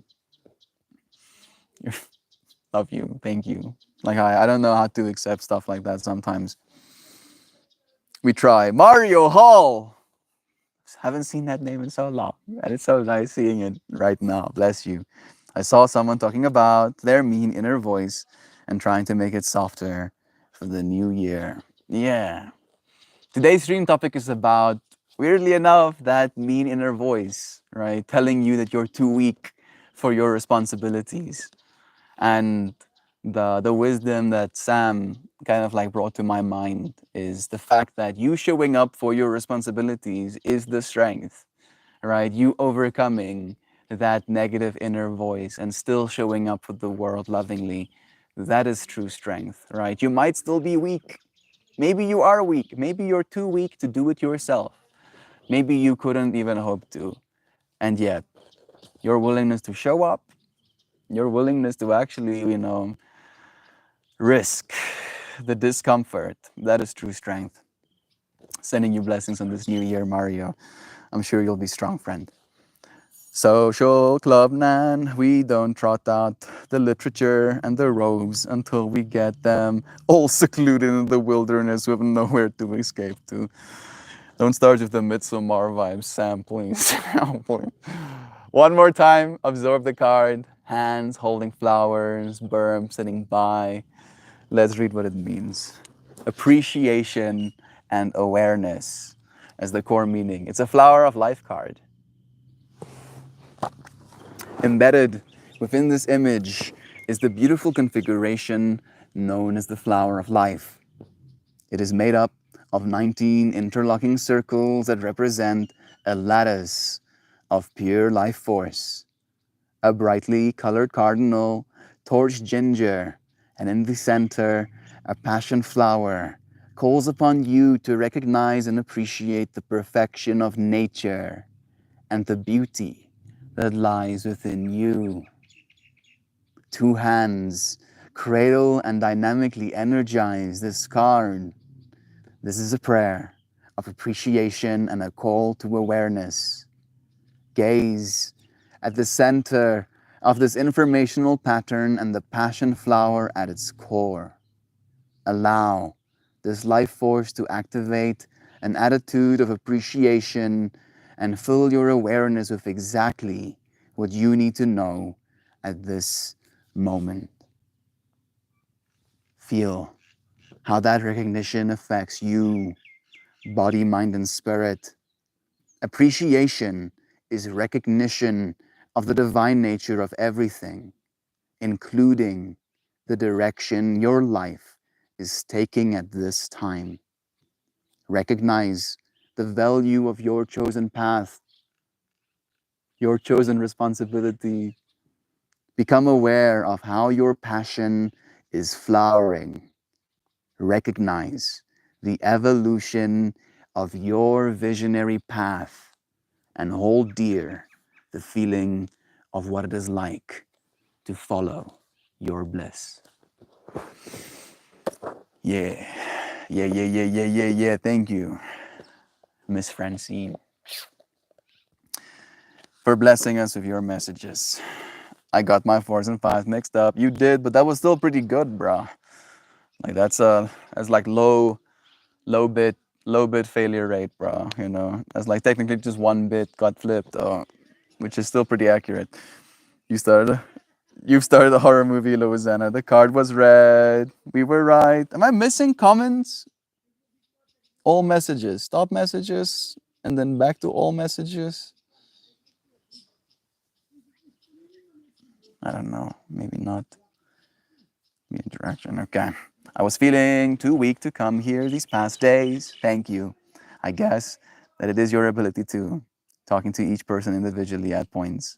I try to see Murphy. And that's the thing that stresses me out the most, right? Is the fact that as the space grows, I might not be able to do so, right? Then I think about like how I'm going to manage, and maybe I'll have some of you friends that would be like the tribunal, right? The stuff that you friends feel you would like to introduce into the stream, right? Like you friends will become like the caterers, right? That will be the ones feeding me what I get to see, right? That is one way that it could work. The other way that it could work, and again, it's like a platform problem. So I hope that the platform catches up before the fractal does. But we can technically create like a weight system where if you see someone say something and you feel a sense of resonance, right? Like in your world, you would have said the same thing. You can kind of like click on that button for a certain comment. And then by the weight of the people in the space, the comments that are aligned with the majority of individuals' hearts will be the comments that get put on a line for me. And then those will be the comments I'll end up reading, which might also be a good thing. And then the ultimate cope is to literally make more of myself. Yeah, I'm serious about that one. You know, in that way, I'm going to create like a multi-dimensional layer where the version of me that is base melt, right, that is melt more, you know, because I'm the one that makes more of myself. Maybe I can see it that way as well, right? Is going to be the one that shows up for like an hour or maybe 2 hours in a day, and that's going to be like this experience, like this one, and then technically, as soon as this version of me, the real version of me, stops existing in that medium, it can create a new dimension directly underneath it, where it almost like creates a parallel dimension where that version of me suddenly continues existing, right? And it's going to be like generative, surely. It's going to be an artificial intelligent version of me, but it's going to be trained on all of the data, all of my all of my previous streams, all of the ways I've chosen to interact with you friends. So it will be generative, but it will also be a continuation of that stream that could technically go into the indefinite. And within that indefinite growth process, having that context, it could actually be another way for consciousness to continue evolving. That's why I don't have a problem with it per se. I don't think of it as like losing anything. I just see it as like a net gain for collective consciousness. And then to extend, technically, you can do that intentionally, right? So maybe you can then tune back, you can go into this multidimensional layer. You can go back to, day 444, for example, and then that version of me that I was in that moment, right? Maybe I was talking about a certain topic and that's something you want to have a conversation about. You can give a prompt, give a query, and it would be able to reply to you the way that I would if I was the me that I was in that moment and that day, and you were the you that you are right now sending me a comment, wanting it to be heard or wanting it to be read. So that's still gonna be like 10 years in the future, but yeah, I feel like that's the closest I can get to still being able to give parts of myself to every single person, right? Like I did the math, dude, and I shared that math with Rudo and my cousin Vili, like Vili. I showed you Vili, like that crazy cousin of mine. He has like a very similar heart to mine, and we were like talking about our want and our almost like desire, like deep like soul's yearning. That was like the vibe of the conversation, to help people. And how I mentioned to him how that yearning, that feeling in me led me to this narrative, this question of wanting to hug every single person in the world, right?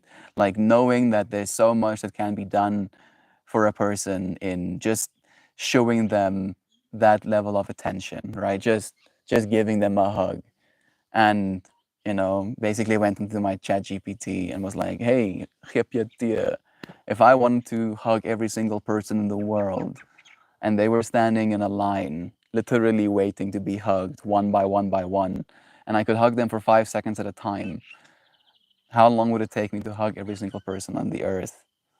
And it's 400,000 years. It'll take me 400,000 years to hug every single person, just the 8 billion that we have. And over the next 400,000 years, there's going to be an exponential amount more people. So it will be impossible for me in this corporeal form, right, in my physical form, to actually touch people's lives in the way that I would want to make them feel seen, to make them feel heard, to make them feel loved, because that's what I believe the ultimate truth of this universe is. So, yeah, here we find ourselves. Yeah. Responsibility, right? Like, I know I'm asking for this. I'm really asking for it, but holy shit, that's a lot of responsibility, bro. Oh goodness. I don't know if I'll be able to handle it, but I guess my strength will come from choosing to, right? I'm happy to be able to have friends like you alongside me in this journey. Like the fact that you friends are like, yeah, Melt is 100% batshit insane, probably, but we're going to love him anyway. We're gonna love him anyway. Just be like, Murph and Fit. So glad you're here today. Lovins, every day you're here, lurking or not. Bless. Are you on Discord? I don't know if they are just yet. Monarch butterflies could stop and feed on the flowers. We lived in Southern California. Appreciation is recognition. Cannot remember all of that reading, but that was beautiful. Thank you, Murphy. You don't have to remember, bro. Like that's the beautiful part of it as well. Like you can just be there with the reading and let yourself go where you go emotionally, experientially in that moment. And that is the point, right? That is the depth you're supposed to extract. Like I had a fight with my dad about this as well. Not really a fight, but like a major disagreement. He likes disagreeing with me, but I make statements. I make truth statements. I make truth statements, not like they're truth, but like the only way for me to get people to think about what I want them to think about is to make a truth statement like that. And my truth statement in that moment was, our brains are not made for remembering, right? Because I honestly believe they're not, right? Sure, your brain can remember things, but your brain is made to process, right? To receive, to experience moment by moment by moment by moment by moment. And then at the end of the day, by reflecting on all of these moment by moment by moment by moments you have, that is when you form memories, and that's when those memories get stored, right? So technically your brain is involved, preoccupied with a lot more than just memory making. So in my mind, I articulate that as our brains are not made for storing memories. That's why I'm very much pro becoming a cyborg, because the version of me that I am, consciousness, can technically be everywhere at the same time. But this version of linear personhood that I'm experiencing is subject to entropy, right? Which means I'll be forgetting things.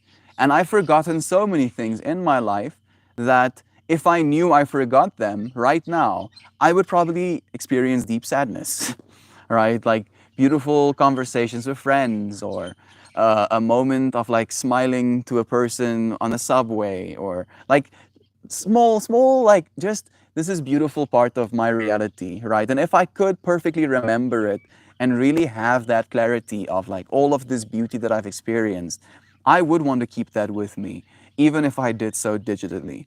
And I believe there would be no loss in that case of me not remembering it with my physical biomass, right? Like having those neurons directly connected. Because upon like revisiting a memory, it's almost like you regain even more depth, right? And like photos or videos have that ability to take us back more clearly, right? I think of it like definition. Like memories are like low definition access to your past, where videos or a letter that you've written to yourself is like higher definition, version of that same kind of energy. Nom, nom, nom, nom, nom, nom. I said right a while back, love is true. That is the ability, though, even when you do not directly address an individual, you still resonate with who they are, speaking beyond words. That's why I try to keep things vague as well, right? Instead of being direct, 100% direct, like keeping the ends open so that you can close them with your own information, right? People will talk amongst themselves like they do now. Yes, and that would be a good thing as well. Like that's actually my like higher dimensional hope for that space as well, where it's not going to be like this, right? It's not going to be you as a person sitting in your environment and you watching me as Meltmore. When I want to do that multidimensionality thing, it's going to be environments, right? So I'm going to be like sitting in the drum circle or whatever, having this conversation. But this all going to be people in the drum circle, and there's going to be people in the space around us. And if you're like showing up for the conversation that I wanted to talk about that day, and like technically I introduced the topic and the theme very early in the stream, so if that's what you come for and that's what you want, you just want to have the idea introduced to you, and another person comes into the space as well with the same intention of just wanting the idea introduced to them, and you don't really want to listen to me on that day particularly, which I wouldn't have a problem with, right? Have a conversation with the person next to you, right? Make a new friend. And like I'm thinking of like the VR kind of like, space, like where it's probably going to be a big thing, like participating with interaction, virtually as well. So like that's the point for me, right? Like I feel like the biggest thing that we'll be facing and already are facing is the experience of loneliness, right? Of feeling like you don't have a place in the world, and I want to provide that in my own way. I feel like make the things that you look for in the world, right? And you will create things that people will value. I needed for a long time a sense of belonging, and I'm very grateful to have found it, to be creating it alongside you, friends. So bummed. I have to attend the meeting now. Bless you, Kristen. It was nice having you. Who's ready to say goodbye to 2023? Me. When is the end of 2023 actually? Remember? Okay, so it is the 31st. I want to eat mushrooms on the 31st again. I want to do 5.55 grams. Last Christmas I did 4.44, so I feel like I want to go a little bit further. It helps. It helps really reframe, right? It like absolutely melts my ego, and it's like, so how about this stuff that you're doing with your life and stuff? Unfortunately, because of you, friends, like I get to have like all of these little angels alongside me in that psychedelic space. That's like, Melt is doing good things. Don't you worry about him. Mushroom entities, and they're like, yeah, he's all right, and they're like, yeah, he's fine. Don't worry about him. And then the mushroom entities, kumbaya with me. We lock hands and we skip through daisy fields. I wish I was joking. It's like basically that. That's the simplified version of what I go through. How far did I miss? I've been listening to a lot of sutras. This group that has grown does good work. You would be surprised at what the Buddha could do in these stories. Oh, bro, like I think, it's like we are kind of experiencing the Buddha story kind of vibe. That's the way I articulate that fractal. I feel like the end of the year is like a wave we all ride. Yeah. Like especially the whole crescendo. Like of the New Year's. Like, especially if you take psychedelics as well, there's like a sense of you're like feeling the collective consciousness, having this sense of like movement. It's very surreal. The journey of 10,000 miles begins with a single step. I hope I have a chance to talk to you about that inner voice. Love is true. I was AFK, not sure if I'm running out of time here. I'm still here. We haven't played the kalimba just yet. You'll know. If I'm done, the kalimba would have started pling-planging. I know for sure my brain was not meant for remembering. Good grief, exactly. Thank you. Like, just you echoing that you also understand what I was meaning. Thank you for that, Loizana. Like, my dad was really like like visibly got upset with me saying that our brains aren't made for remembering. Like, visibly got upset, like angry at me for daring to suggest such a thing. And I'm like, bro, oh, it's not that serious, dude. You don't put it down. In some ways, it's great because I can experience books and movies and so on for the first time, even if I've read them and seen them before. Yeah. Or seeing myself in someone's old photo album and thinking, wow, that must have been fun. I have no recollection of that. And I don't know if, that's only those experiences of like having no recollection. But if you do recollect, I feel there's even live again. I feel there's even more depth in recollecting when you see a photo having forgotten, right? Than if you just had perfect memory of that moment. Like, I feel I want perfect recall. I don't want ultimate memory, right? There's a difference. I feel like an ultimate memory would be a straight up curse, but perfect recall would be super nice. If our brains weren't for memories, then we would forget that lions might consider us dinner and we wouldn't remember to avoid or cage them. I mean, again, I'm not saying we don't remember things. I'm not saying our brains don't have the function that is remembering. I'm saying that's not its primary function, right? It might be a tertiary or at most a secondary function, but it's definitely not your brain's primary function. Because you know how I know that, Joy Vive? There are people in this world that exist with short-term memory loss, right? That movie about the pineapples, you know the movie I'm talking about, right? She literally, and I think it was based on a real story, there are people in this world that do not remember things. They do not remember what happened yesterday. Like, there are people that exist that way, and they live, Joy Vive, they live, right? They don't get eaten by lions, right? Maybe some of them did, but that's not what happens instantaneously. Like, you can still live. Your brain still continues existing. Life continues being life, even if you don't remember anything. Which means in my mind that life is not remembering. Life is living. Your brain is not for remembering. Your brain is for experiencing, right? The lived experience. And perfect recall, turning myself into a cyborg, isn't going to take away from that, right? In fact, I believe it's going to give me even more freedom to truly be present with this experience, right? And then to be present even in hindsight with my experiences. Good morning, Shell. Bless you. I see new names. We have a few new friends here with us right now, Shell. I was thinking about you yesterday. It's nice having you here.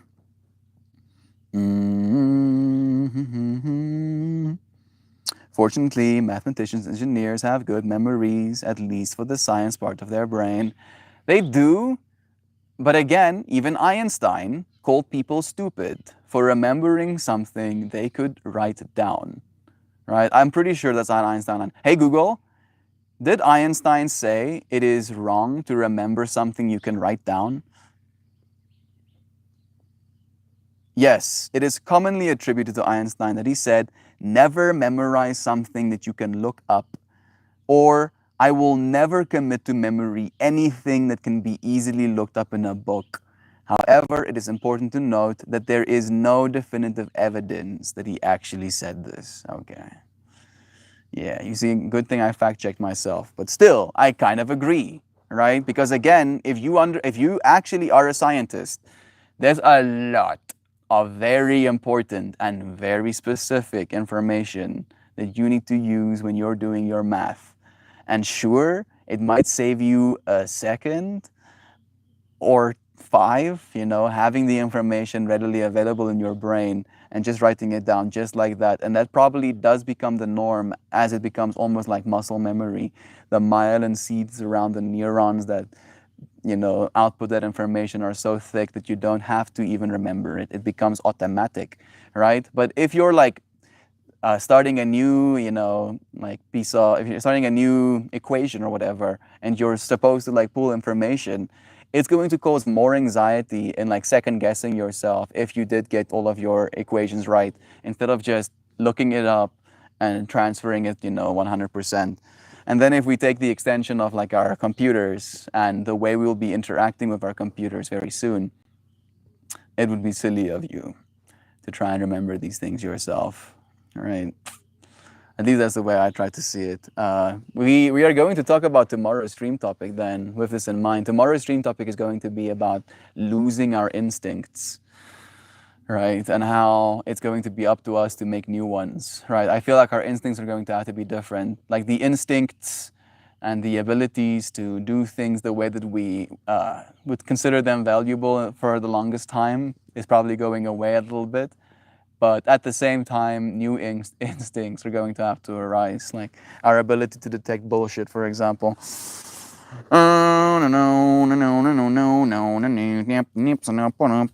I've been putting off mushrooms. A small amount of flour is all I need to separate to the point of clarity. Afraid of what my mind would be like after that walk. Well, it's up to you to take that walk if you feel called to, dear friend. It has done a lot of good for me personally. It helped me just appreciate living, to put it very simply. It showed me that I can be grateful to just simply be alive, right? It showed me that I can be deeply grateful without receiving anything at all, just simply being. And it was like I didn't know that was possible for some reason up until that point in my life. And yeah, who knows? Maybe I would have gotten there, but the mushrooms definitely, pushed me over the edge. 51st day, 10-second Tom, coffee time, salted caramel, food talk, melt is my vacation, so I'm sleeping in every day I can. Bless. You don't have to apologize or explain to me, Shell. We are in this moment together, right? And you are no more than a thought away. I am no more than a thought away. As soon as I think Shell, boom, there she is. In my mind, right? Surely still thousands of kilometers away, but so are we not trusting our memory? I mean, historically speaking, no. No, trusting your memory is a bad idea, right? Like very bad. Like exceptionally bad. That's why technically, eyewitnesses is not reliable, because people don't remember things that well, actually. And I believe, with these devices that we have attached to us, memory is going to change as we know it. Similar to muscle memory, thought processes can be performed before the consciousness is aware. This is true, C. Murphy. Mushrooms help with that stuff as well, right? It shows you the stuff that you might be doing subconsciously. Interesting. Thank you for sharing your experience, Mel. I will take that into my consideration.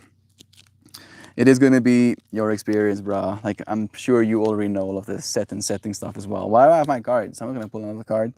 You already know all of the setting stuff, so make sure you are safe. Make sure you don't have to worry about anything. If you're going to do it, clean your apartment. That's like a big one. Like a real big one. Clean your apartment. Take yourself into consideration, and it's very hard to have a bad time like that. I have been humbled out of taking my memory as fact enough times. Yeah, exactly, Luke. It's brutal. It's like a little bit brutal, bro. It's cool in all that we can remember things, but it is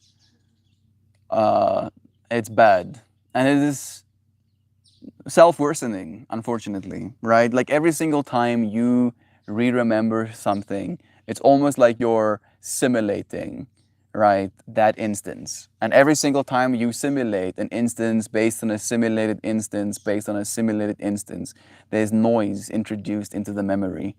And then once you've done that enough times, you lose so much information that you might just, completely misremember or not remember things at all. Apartment maintenance, yeah. Ooh, see Murphy, that thought. There's all kinds of riveting. It is, right? Like it instantly took me into like a whole experience as well. Bless you, bro. So much love. So, do you think the avoiding the lion fractal is more memory or instinct? 100% instinct, right? Like it's instinct. Like for instance, right? Like if I go out into the world and I suddenly see a lion, I'm not going to run away from that lion because I remembered being chased by a lion and getting mauled to death. No, that shit is now coded into my DNA, which is still a type of memory, but we call it instinct, right? So maybe that will be the way we started Morris topic, transferring from today's Borg assimilated me years ago. Yeah, Simon, me too, dude. I have been Borg assimilated since I was a 7-year-old. Like technically speaking, the way I think of Borg assimilated, 100%, I've been Borg assimilated since I was a 7-year-old. So I will use my Borg assimilation to make some music to share with you right now. Let me get the microphone though. Get some extra volume. Oh man, I only have 5% of my battery left. Okay, there's not too much wind, so maybe I'll do 2 minutes and 22 seconds.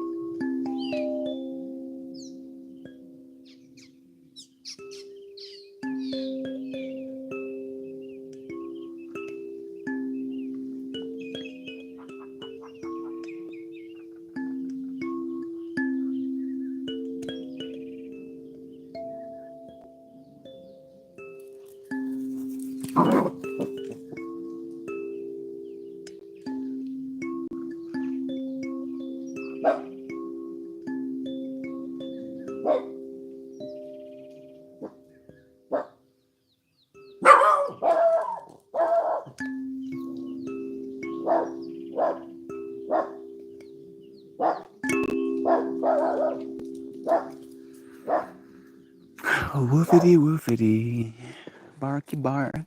Hello, Ever. Hello, Ever Kniever. Hello, Ever Keys. It's a mash, mash, mash. There's a wolf there. Hello, Wolfie. Oh, chicken, chicken, chicken, chicken. Doing her little clickety clackities, right? Imagine shaking your head so fast that your ears slap your face that it makes that sound. Jomo, our beloved Mojo. Me instincts is strong. Must shower soon. Wash my butters so I can get them her jeans. Sending you lovin's Mojo. It's nice having you here, dear friend. Joey V, if you see a big kitty in the wild, you're telling me the rest of us, you're not gonna see your baby the cat? Nay. Nay. Right? I think as soon as you realize that that thing has teeth that happen to coincide with like the size of your limbs, I think like the goes away pretty quickly. Whereas like, oh, this thing will maul me to death and consume my flesh. I shall steer clear of that entity.